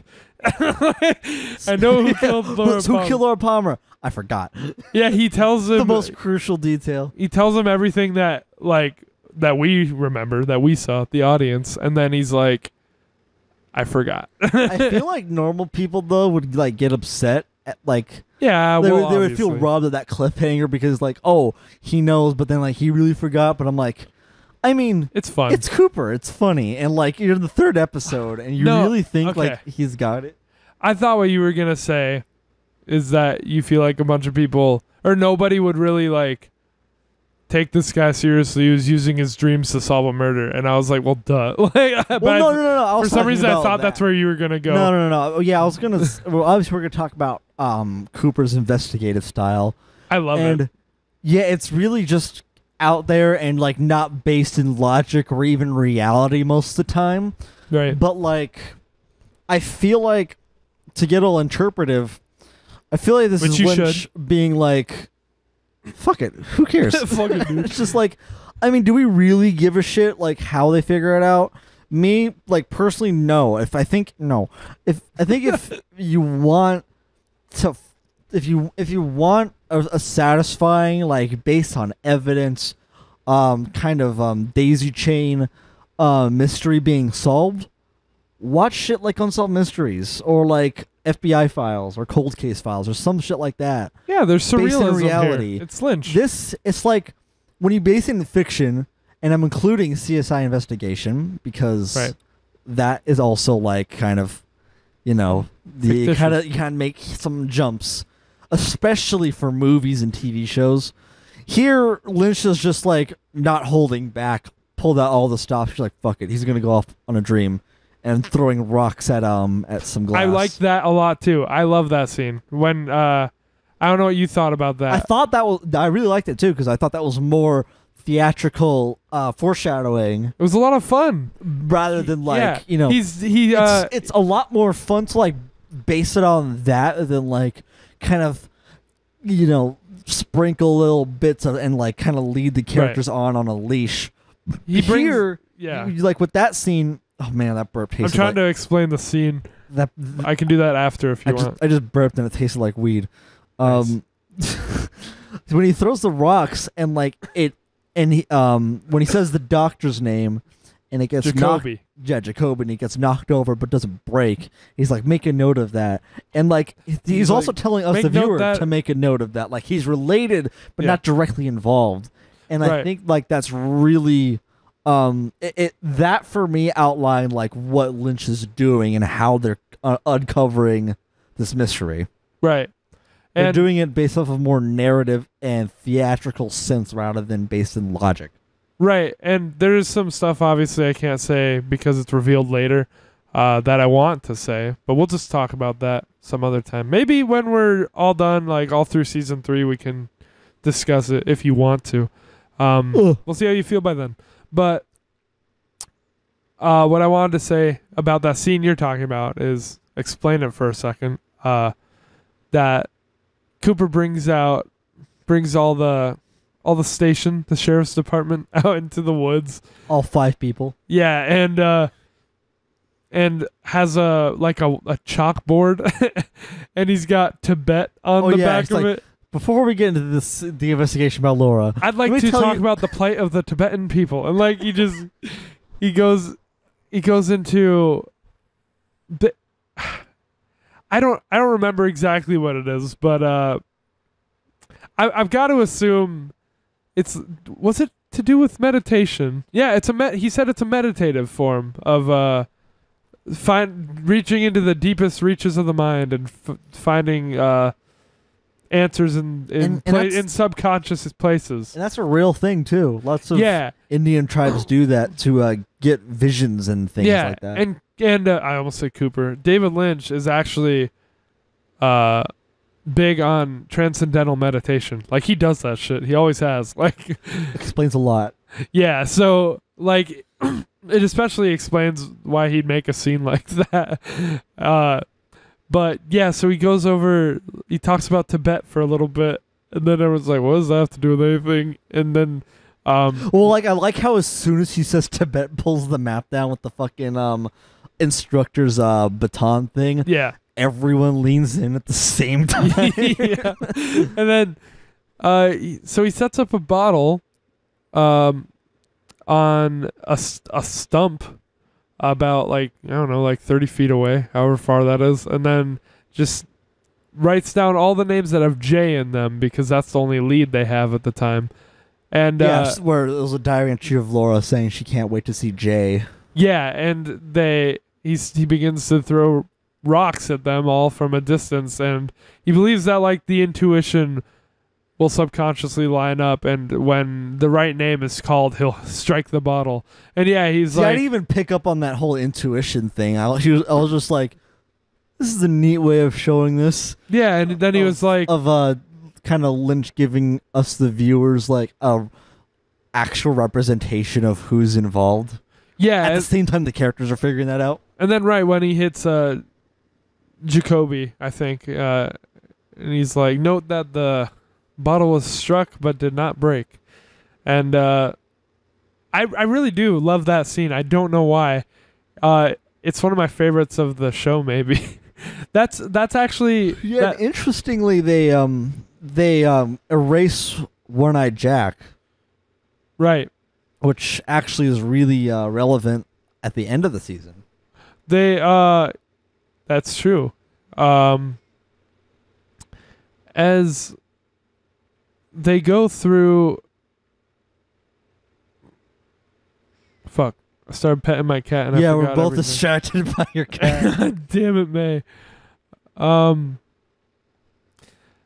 Yeah, fuck, I can't think. What were Let's you just saying? take a break and pet the cat. I was just gonna say that scene and the one from the end of that episode with the dream sequence are some of my favorite scenes of the series, probably. They're definitely like the most notable. That's known to be one of the best episodes of Twin Peaks, the third episode, and the pilot, of course. So did you want to? I guess I want to know what you think of that cliffhanger. But maybe we can talk about that at the very, very end of the finale. Yeah, this show is also one of the type of shows to always end the episode on a cliffhanger. Yeah, I do want to let you talk about... Not a huge cliffhanger, but it's enough, This one's kind of big, but it's probably the biggest one. I do want to let you talk about what you wanted to say about the characters and give any criticisms you have and any praises you had. Yeah, I think... But I wanted to see what you thought about that cliffhanger. Oh, yeah, the cliffhanger? Right. I forgot. You forgot about it? I was also quoting Cooper. Oh. I forgot. I don't remember. I don't remember. I actually don't remember. You don't remember what happened? So they find the cocaine that's been planted in James's. Do you not remember the last thing that happened? Dude, you got. I definitely thought it would stick in your mind. Well, there's a whole lot of events that happened in the finale. I'll just tell you. The father suffocated the casino. The guy at the casino. That was one of the biggest suspects at the time. Oh yeah. I think that was more Ben. Yeah. And his daughter's working at that place. Oh yeah, when the father walked in and then the dollar was just there, but there was nothing after that. There was the barn that was on fire, and Pete runs in to save his wife. Right. I wanted to ask about the last thing that happened with Cooper. Oh, when he got shot. He did. Right. Multiple times. My hunch. You forgot about it. That's because my hunch is that he's fine and was wearing a bulletproof vest. All right. Because there's no way that you're going to go into season 2 and Cooper's dead. If it is, I'm not going to watch Game of Thrones did it. If Cooper's dead, I'm not going to watch season 2. Oh boy. So let's. I know you can't say anything. I'm not going to spoil nothing. But let's talk about that. Let's talk about your take now, because I just wanted to ask those questions, I guess. Yeah, obviously we skipped a lot of what happens in the season. There's so much. I just want you to talk about what you like and don't like. In a TV show, it's going to be fucking impossible to give a synopsis like a movie. Everything, yeah. So a lot happened. It's more like 8 hours or more. Yeah. For these ones, you just gotta check out. We won't talk about shows very often, so. And it seems like people are pretty willing to binge through lots of TV shows, where I'm definitely a lot less likely to. Yeah. How much did this show's age bother you? It didn't. I said earlier, like, I didn't feel like it really aged. Like, if it could have, I told you it could have came out like 10, 15 years later, and then it did. And that's kind of where I felt like it would have been. Like, one thing I thought, like 2010s or something even. Yeah, one thing I thought was a little strange the first time I watched the pilot was at the end of the pilot when James is brought into jail and Bobby and Mike are in the jail cell and they're like, woo, woo, woo, like they start hazing him like dogs. They started barking at him. I was like, is this some hazing method from the 1990? I mean, I didn't think about the time period. I just thought like, oh yeah, they're fucking crazy. Yeah. Okay. You know, they're loose cannons. They're just Booby and his friend are just mad dogs. Kind of. And the way Bobby was like too cool for school, he like goes up and talks to Mike, and then he like backs and he's like walking with his swagger. Yeah, but I felt as though like the type of high school and Booby and and being a kind of a greaser. Yeah. I felt as though that was kind of more ironic, and that like that's how high school is depicted as back then. Like, you know, like when. Oh. I need to write that down. I have a really good rec actually for not this time, but just in general. Right. Just the way how high school is portrayed, and like everyone looks way too old to be in high school. Right. You know, everyone talks fucking weird. Like that's kind of what it is, but I thought it was kind of more ironic, or done ironically at least. So I didn't think too much of it there. Cause especially I still think it does take place in like early to mid 80s. I get the impression you don't like Bobby. We'll talk about that really quick. Okay. But finishing up really quick, like the quality obviously isn't as good, but I didn't really think of that.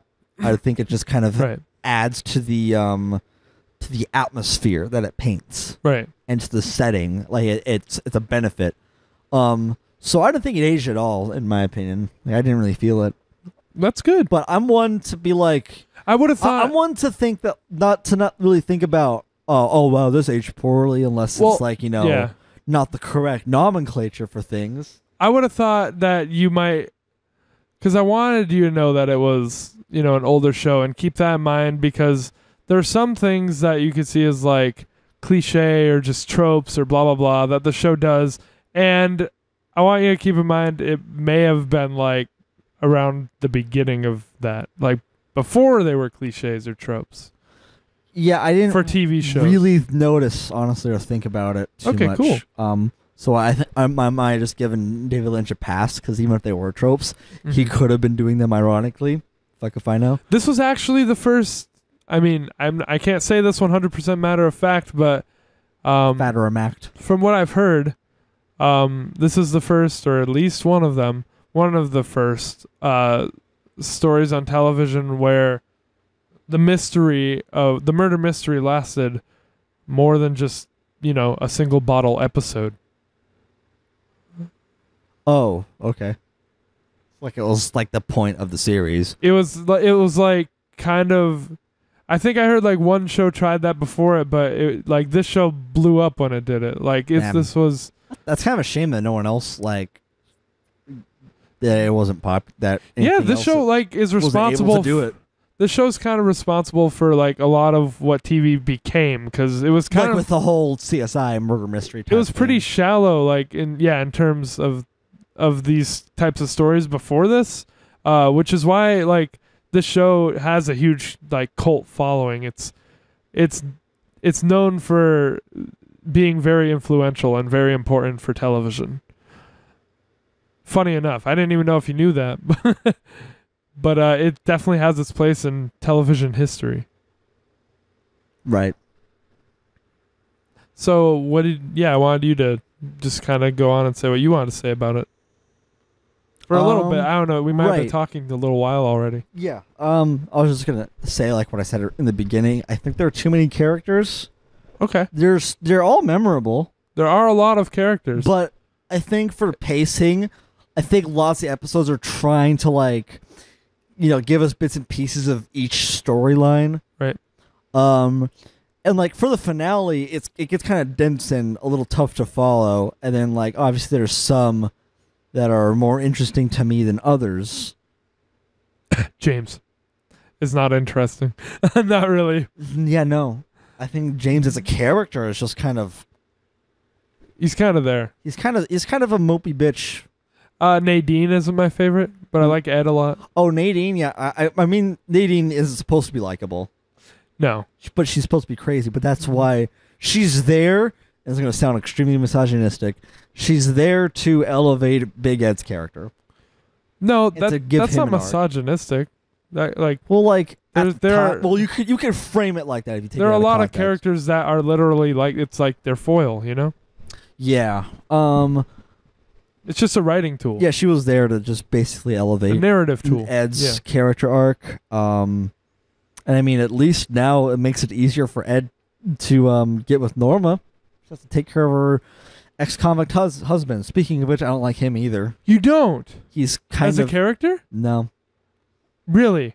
No. I really do. I don't really get a read on him other than, like, he kind of, like, rubs his hands together like, I'm going to do some fucking...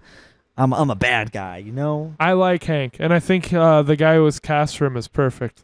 Maybe I need more time with him. He's only been there for a few episodes, but... I was going to say... From what I gathered and from what I can glean from him, I don't like him. I was going to say that as far as too many characters, I felt that way at first. Like, there's an entire storyline in this series that I've always had trouble following, and that's the mill. I just don't care about it. I have trouble following it, too. I hate... Catherine? I hate Catherine. I hate her. She has one mission in life. As a character? And it's for a fucking mill in this small town. Who cares? Go get a life. And then she's treating fucking Pete, this beautiful man. Eraserhead. Yeah. Like how she is. It's awful. Well, do you hate her like you're intended to, or do you just not think the character's necessary?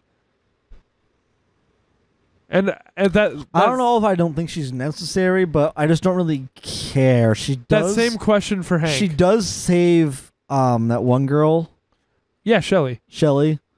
But like that could have been anyone, honestly. Could have been Booby. Mm-hmm. Oh. Like so wait, and the fact that she's there, she's just like she's heartless and like I know it's kind of the point, but it's just like she reminds me of someone's mom. Does that really elevate the show and other people's characters? Not, I don't think so.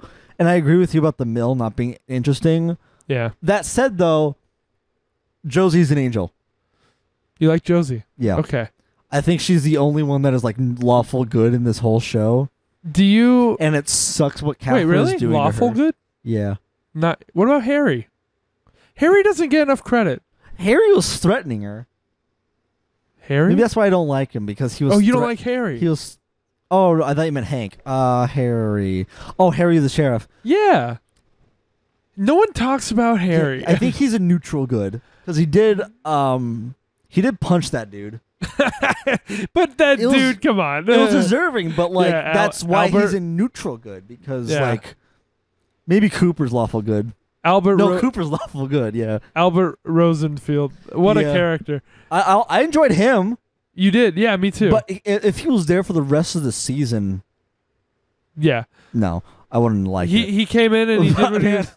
I love the best scene for me, not the dream sequences, is when Harry punched him and Cooper just just puts the thumbs up. And I love how Cooper does the thumb. Well, yeah, that, and also covers for Harry when he's trying to get him, when the other guy's trying to write him up. Gotta love Coop. Do you Shelly and Leo? Wait. Hank, do you think he's a bad character? No, but I don't like have character? enough of him to say that he's bad. Okay. I thought that's character. what you were saying at first. No, like he's an unnecessary character. I don't think he's a bad character, but I don't like him. Okay. And so far, I don't know, because it's hard. He saves Bobby. It's hard to read. But I guess we'll see what you think about. Booby. Okay, you don't. That's okay, no, interesting. Booby's all right. Like in the beginning, I thought he was more necessary, but like lately, he's just kind of there to cause trouble and just anarchy and all that shit. It's just it's tough for me to like figure out his motive. You got that scene with him and Jacoby, Yeah. and like you kind of get his humanity, but then he's immediately going back to like I'm gonna fuck James up. Like you would think like at some point, like I want to see it. I hope maybe later. I mean, there's a season left. That he'll have like a character arc and he'll leave James alone because he cares more about Laura than he did. Right. We'll get there. Yeah. But What do you? that's with Booby's relation to that side of the story. He's calling Bobby Booby. Okay. Yes, I think Booby's Relation to Leo and Shelley is great, Yeah. Right. but I think it contradicts a lot of his nature. But you do? Like I don't know. Well, there's a reason that his relationship with Laura was on the rocks. There's a reason he didn't really, I like that Cooper in the first episode was like, you didn't love her anyway. Like the way Laura does in Silent Hill. Right? Yeah. Yeah, it's because he probably didn't. Like, she made him feel like shit. And that's what we learned about in the scene with Jacoby where he was crying because Laura would tell Jacoby what she, the stuff that Bobby cried, like, after sex and all this stuff. And, like he felt like he was treated like shit in that relationship. Right. So he cheated on her. Everyone's cheating on everyone in Twin Peaks. Yeah.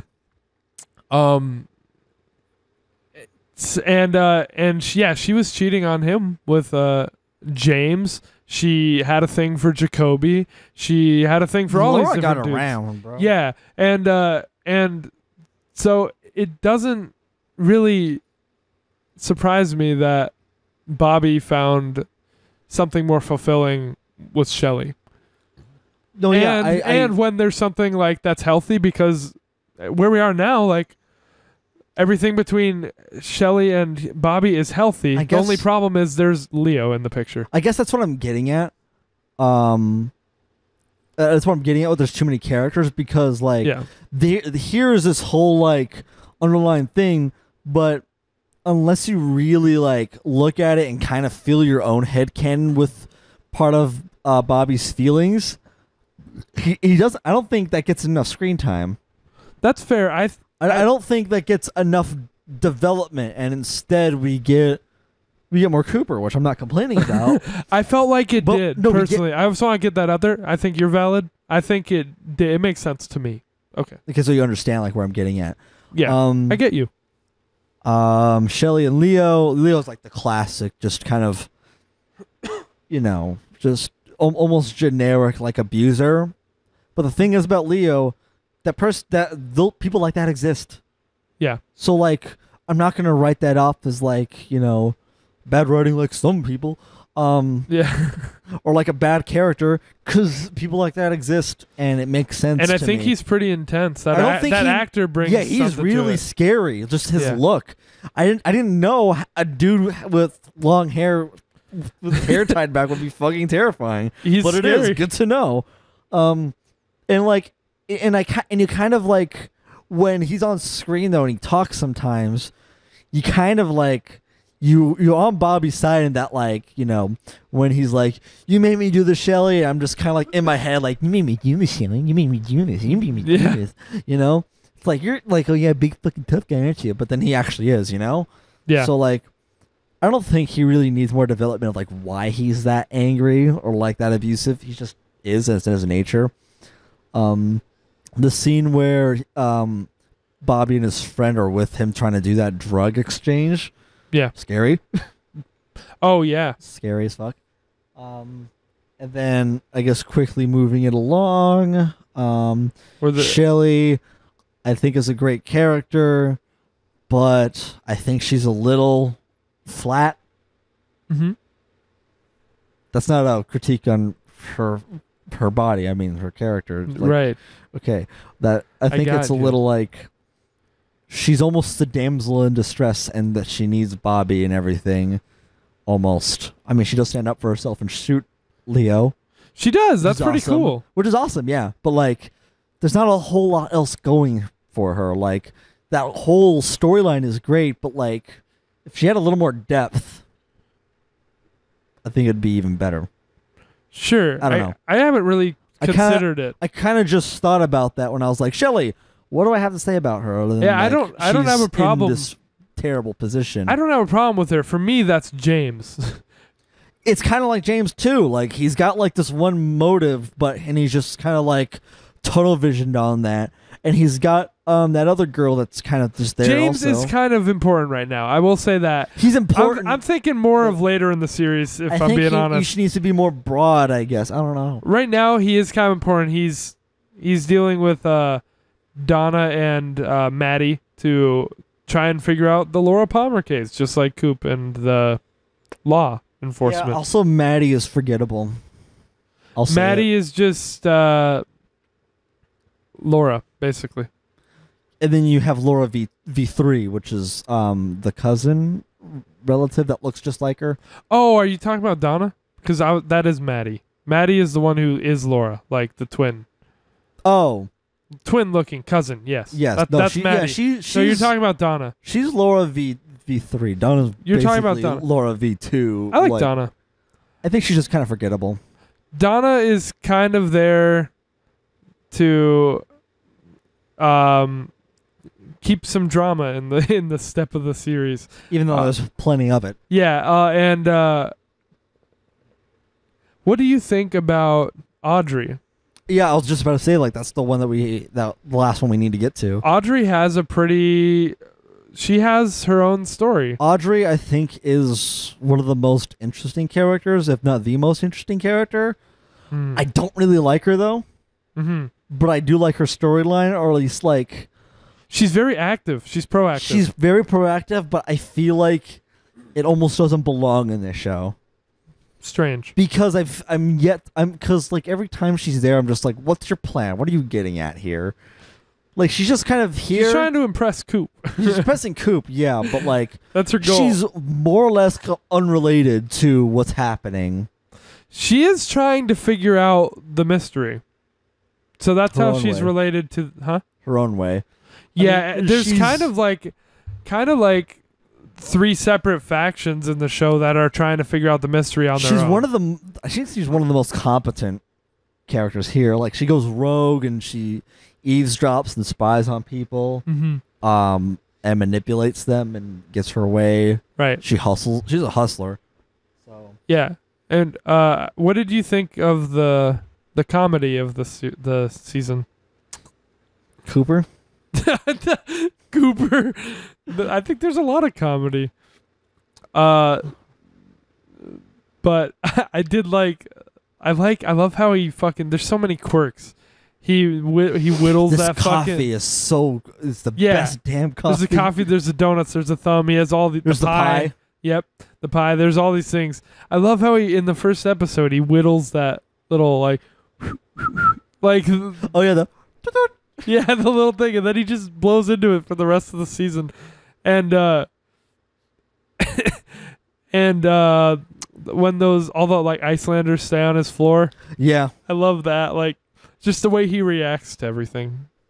I think it's great. And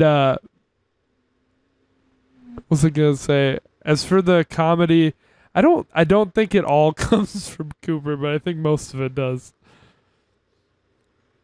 So I guess I don't think they need to get rid of any characters, but like I think it would have benefited if there were maybe 2 more episodes and it was a little bit slower paced to like flesh all the other characters out. Slower paced. Yeah. That's interesting because Mo thinks this show is glacial. I don't think so at all. I didn't think so either. Since it switches so often between other characters, it's kind of tough to keep track of them. Right. And like if you made it slower pace and you're actually able to flesh out other characters, it would make it much more interesting. When I watched this, like imagine if you actually fleshed out like more motive and humanity for like the stuff that's going on with the mill. Right. That's like a quarter of the show right there. When I watched this with Mo, we'd only watch one at a time because it was too slow for him. Dude, I would have happily like sat here and watched The whole season. half a season like in one day if I didn't feel like shit for sitting around for a long period of time. Right. Not just because of the state of my life right now. Yeah, it's all good. Understandable. Let's talk about Pete just for a second, because we didn't. Oh yeah, really, we didn't talk about Pete. We just kind of went over him for a second. Pete. We just kind of mentioned him for a second. Obviously, I like him because he's a racerhead, but I liked him before I knew he was a racerhead. He's so pure. I love Pete. I love Pete too. That actor always acts like that with the like. There's a fish in the percolator. There's a fish in the percolator. He always talks like that. Like he believes for what's right, and he'll even stand up to his wife on side with Josie, because he believes it's right. He is precious. Yeah. I told you during one of the episodes that like Cooper's everything like I want to aspire to be like as a person. But you're probably But Pete. I feel like I just ended up like Pete. I didn't get what that meant, because I'm like, I love Pete. He's precious. Yeah. I'll tell you off camera. I guess you didn't get to Off mic. Yeah, I guess you didn't get to really elaborate on why you love Ed, if you wanted to. I mean, I just do. Fair. I think he's just lovable, and he's got like a really kind of almost tragic like desire, which is Norma. Yeah. And like he's in a sad spot in life. What about but Norma? He's honest. I love Norma too. Mm-hmm. Norma's great. So She puts up with a lot of shit. Ed and Norma, yeah, she does. Which is, I guess, uncommon for Twin Peaks. They have a forbidden love, and instead of doing it anyway, they're both like, "Oh, this is wrong. Like we can't. We have to find a clean way for this to happen, so they can actually like." Yeah, Norma was actually gonna leave her husband, to go through with it, and Ed was also going to, and then when Nadine fucking spiraled into insanity, he was just like, I can't do this. And well, they were both like, I can't do this. Yeah, I did mean... Because like Hank was like really appealing to Norma, and then like Ed was like, I have to take care of Nadine. And then Nadine swallowed a bunch of pills like a fucking loony. So now that just makes Ed kind of more tragic for me. I wanted to ask kind of what you thought of that. I don't understand why. I swear to God, I hope it's not because she couldn't get the fucking patent for her drape runner. Oh no. No. Not about what you thought just of Nadine. Just like, I don't think she was really written well. Again, she kind of just exists to elevate Ed.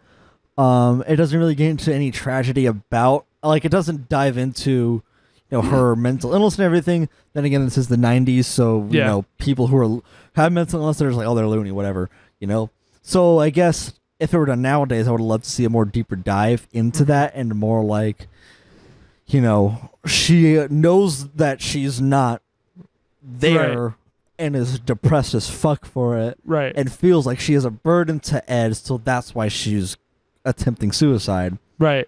Oh, but that's all under the carpet there. That's all under the rug, like with Bobby's kind of backstory. So that's why I think a couple extra episodes, maybe a bit slower pace, could. Well, really yeah, we've elevate got another season or half a season. We'll see. That's true, but I know with at least the ending, it's probably just going to snowball. So, but who knows? But who fucking knows? What did you think? I guess we didn't. There's a lot of cool shots in this show. There's a lot of good music.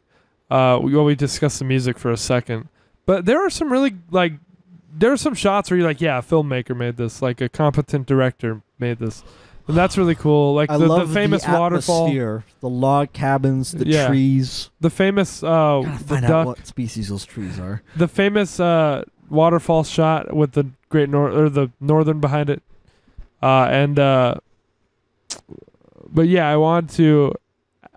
I guess I feel like the last characters we didn't talk about would be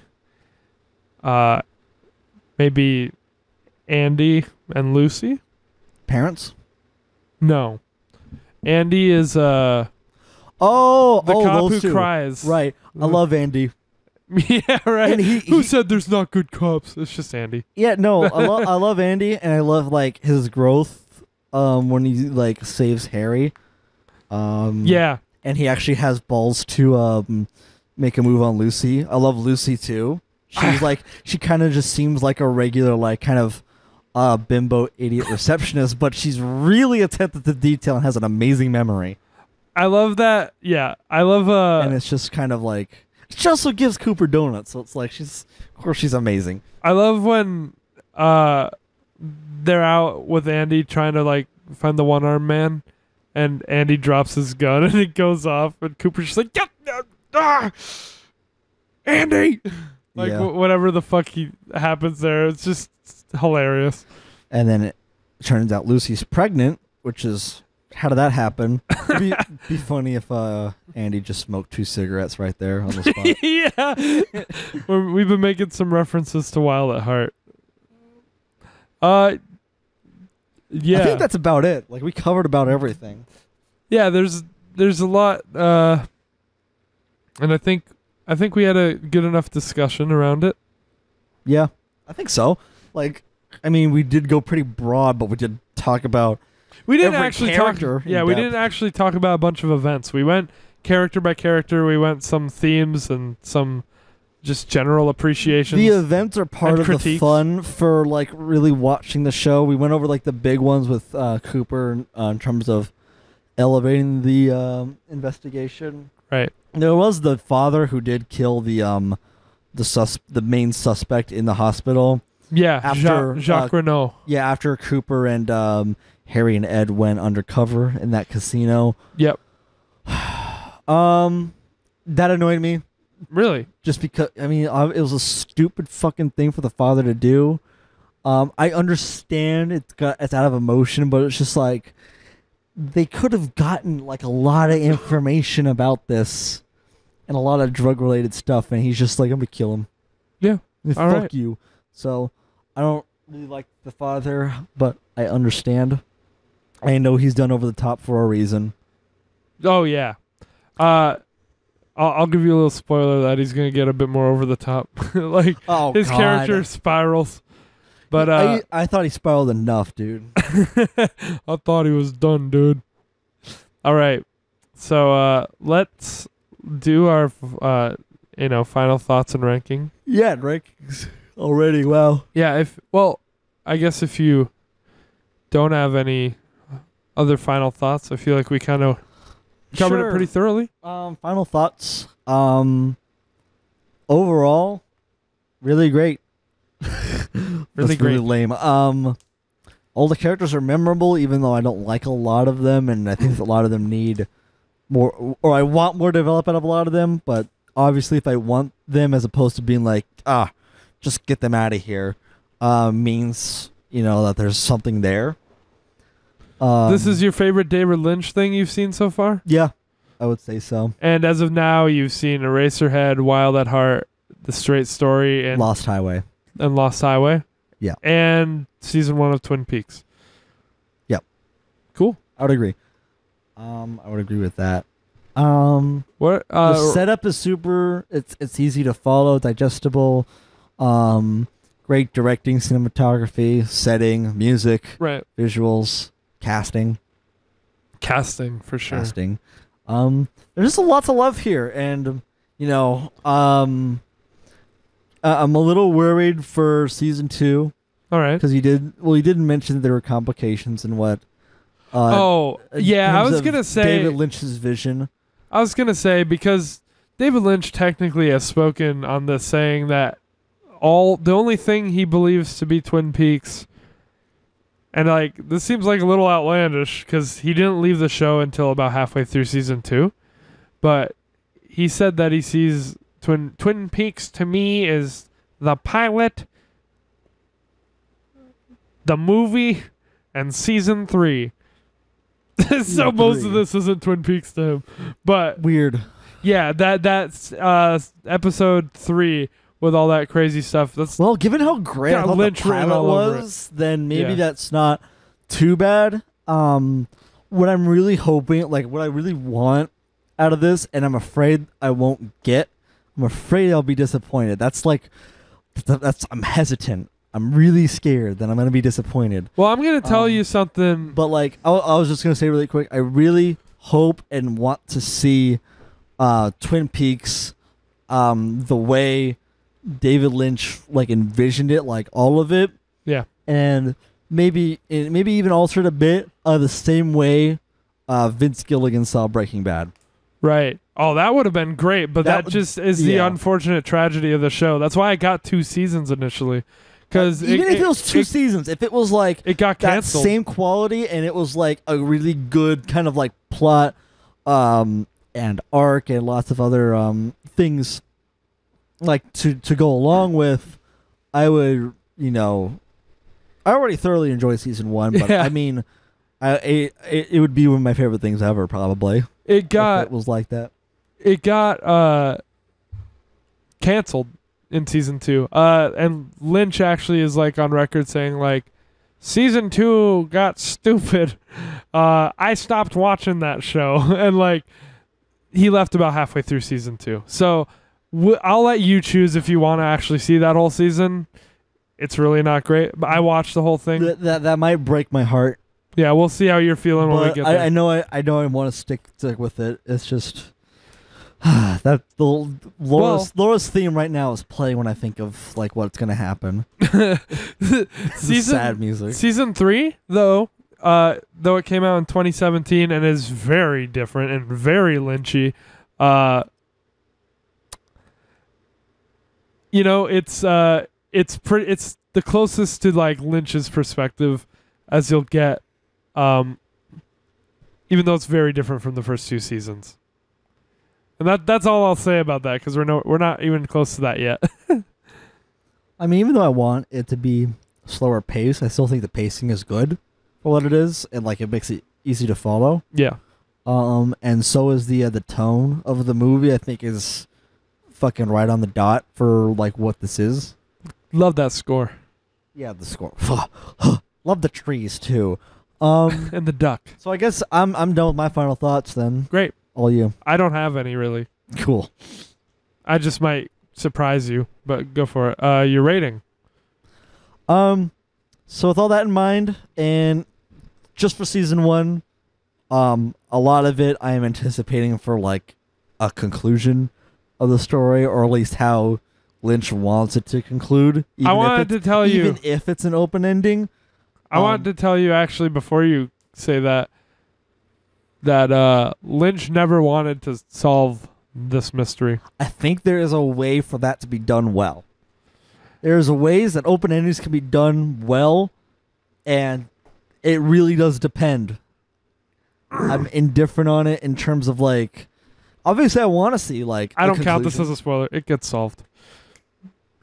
I figured, but like. Okay, yeah, but I want you to know that he didn't ever want to solve it. Even if it wasn't, which is kind of why he was like, "Fuck you!" Like once even if it wasn't ever once they made him solve like, example, you could have had like Cooper right on like the tail.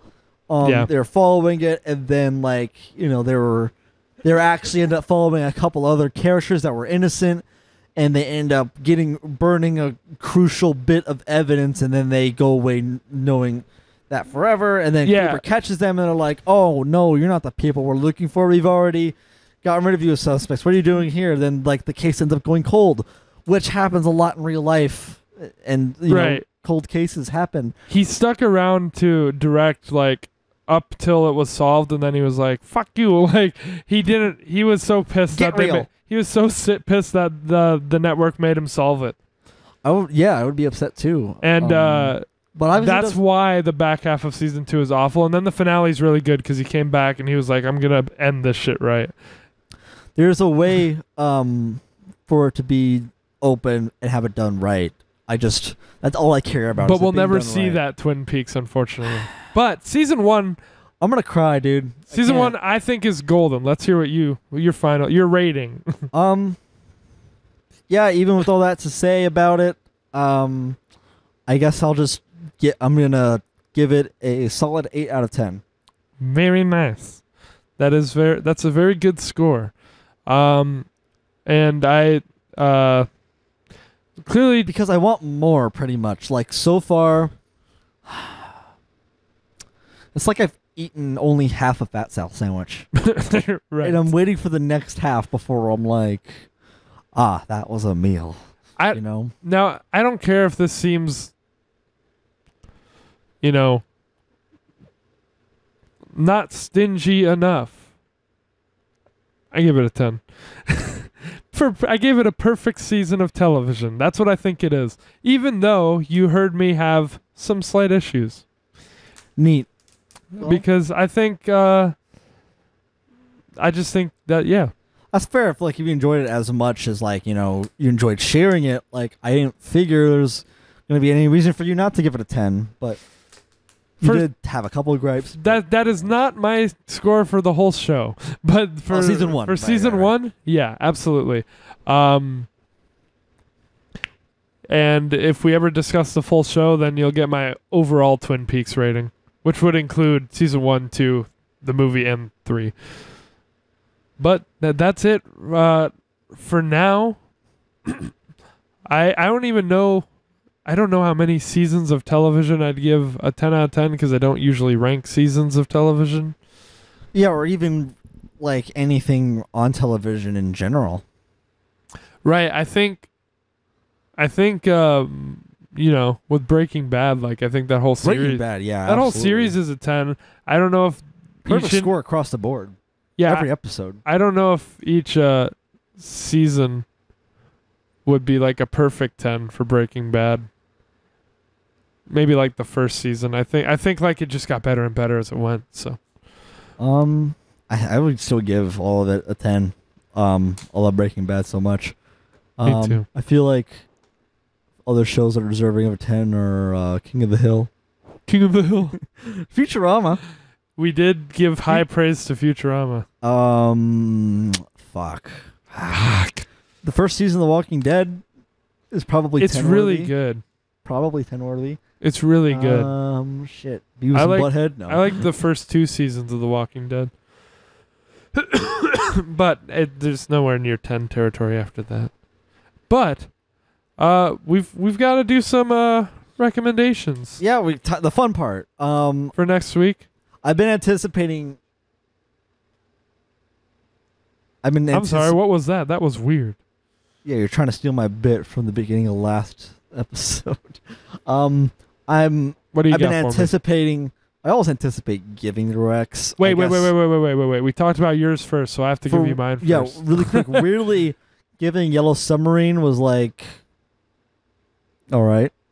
Right. I was just fuck it. All right. Here, fuck it, dude. Here, Yellow Submarine, I guess.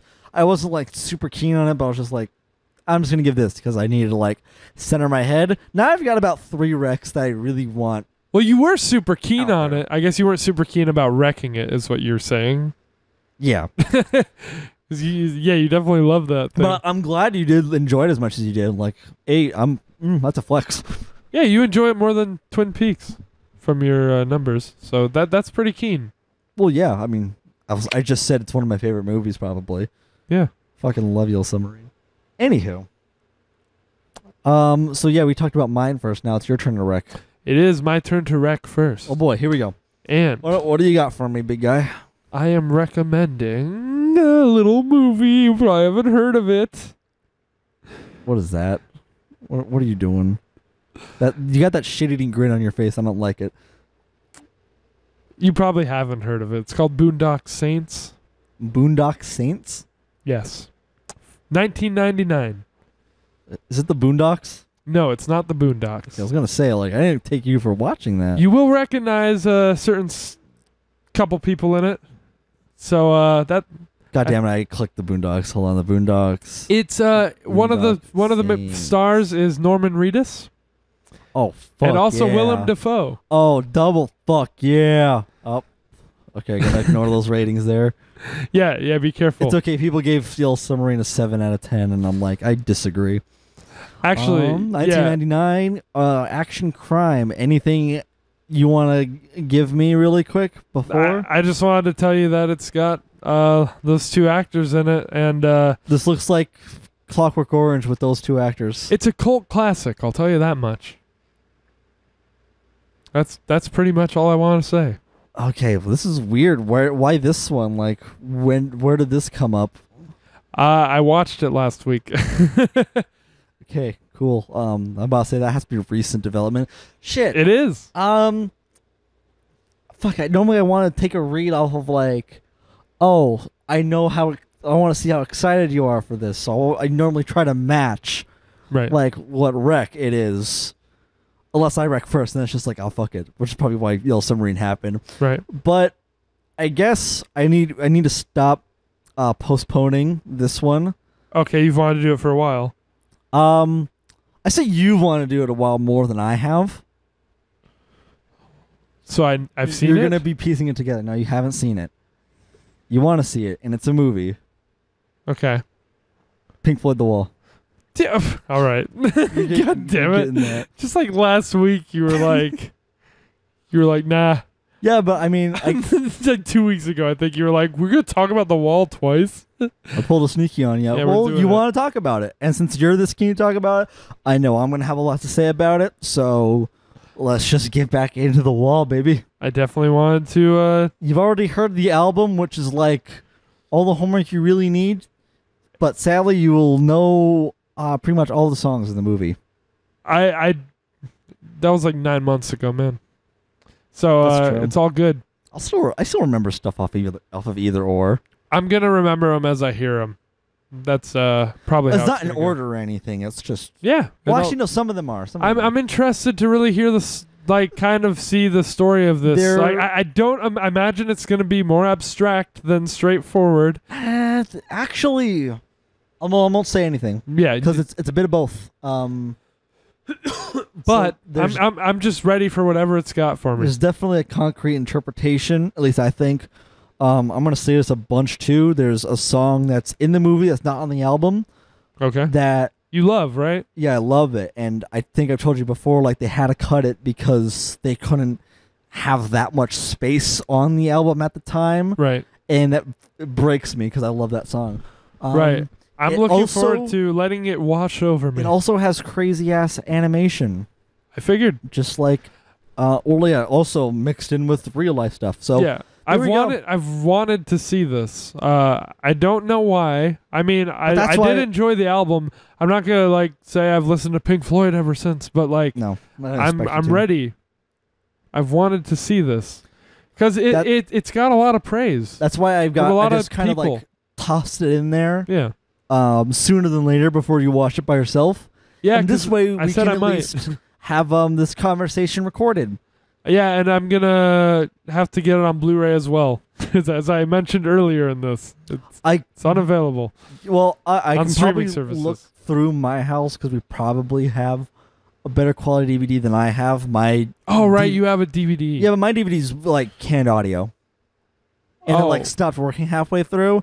Then when I played it again, the audio like blasted, and I was like, "Damn, okay." I forgot. You're definitely gonna. I forgot you said it's not on Blu-ray. Only request is that you watch this at night.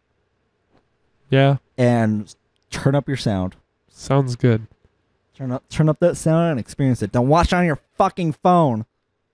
Get real. All right, sounds good. Get real. Great.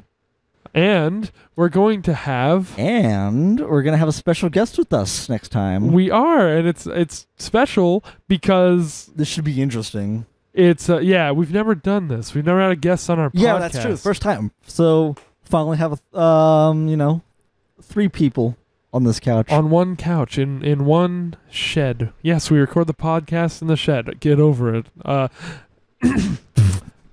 It's a friend of ours that none of you know, but we've talked about. We talked about on the podcast, and if you've seen the game shed, you should also know. I just didn't want to act like we were getting someone notable. It's just our friend Mo. Yeah. Perfect. Yeah. Oh, so we didn't expect you to watch the next podcast and have your mind blown from our wonderful insight. We just expect you to watch the podcast and think, all right. Yes. Perfect. Like Bo, Mo. Yeah. Anyway, Bo, Mo. so I've shared my recommendation with him.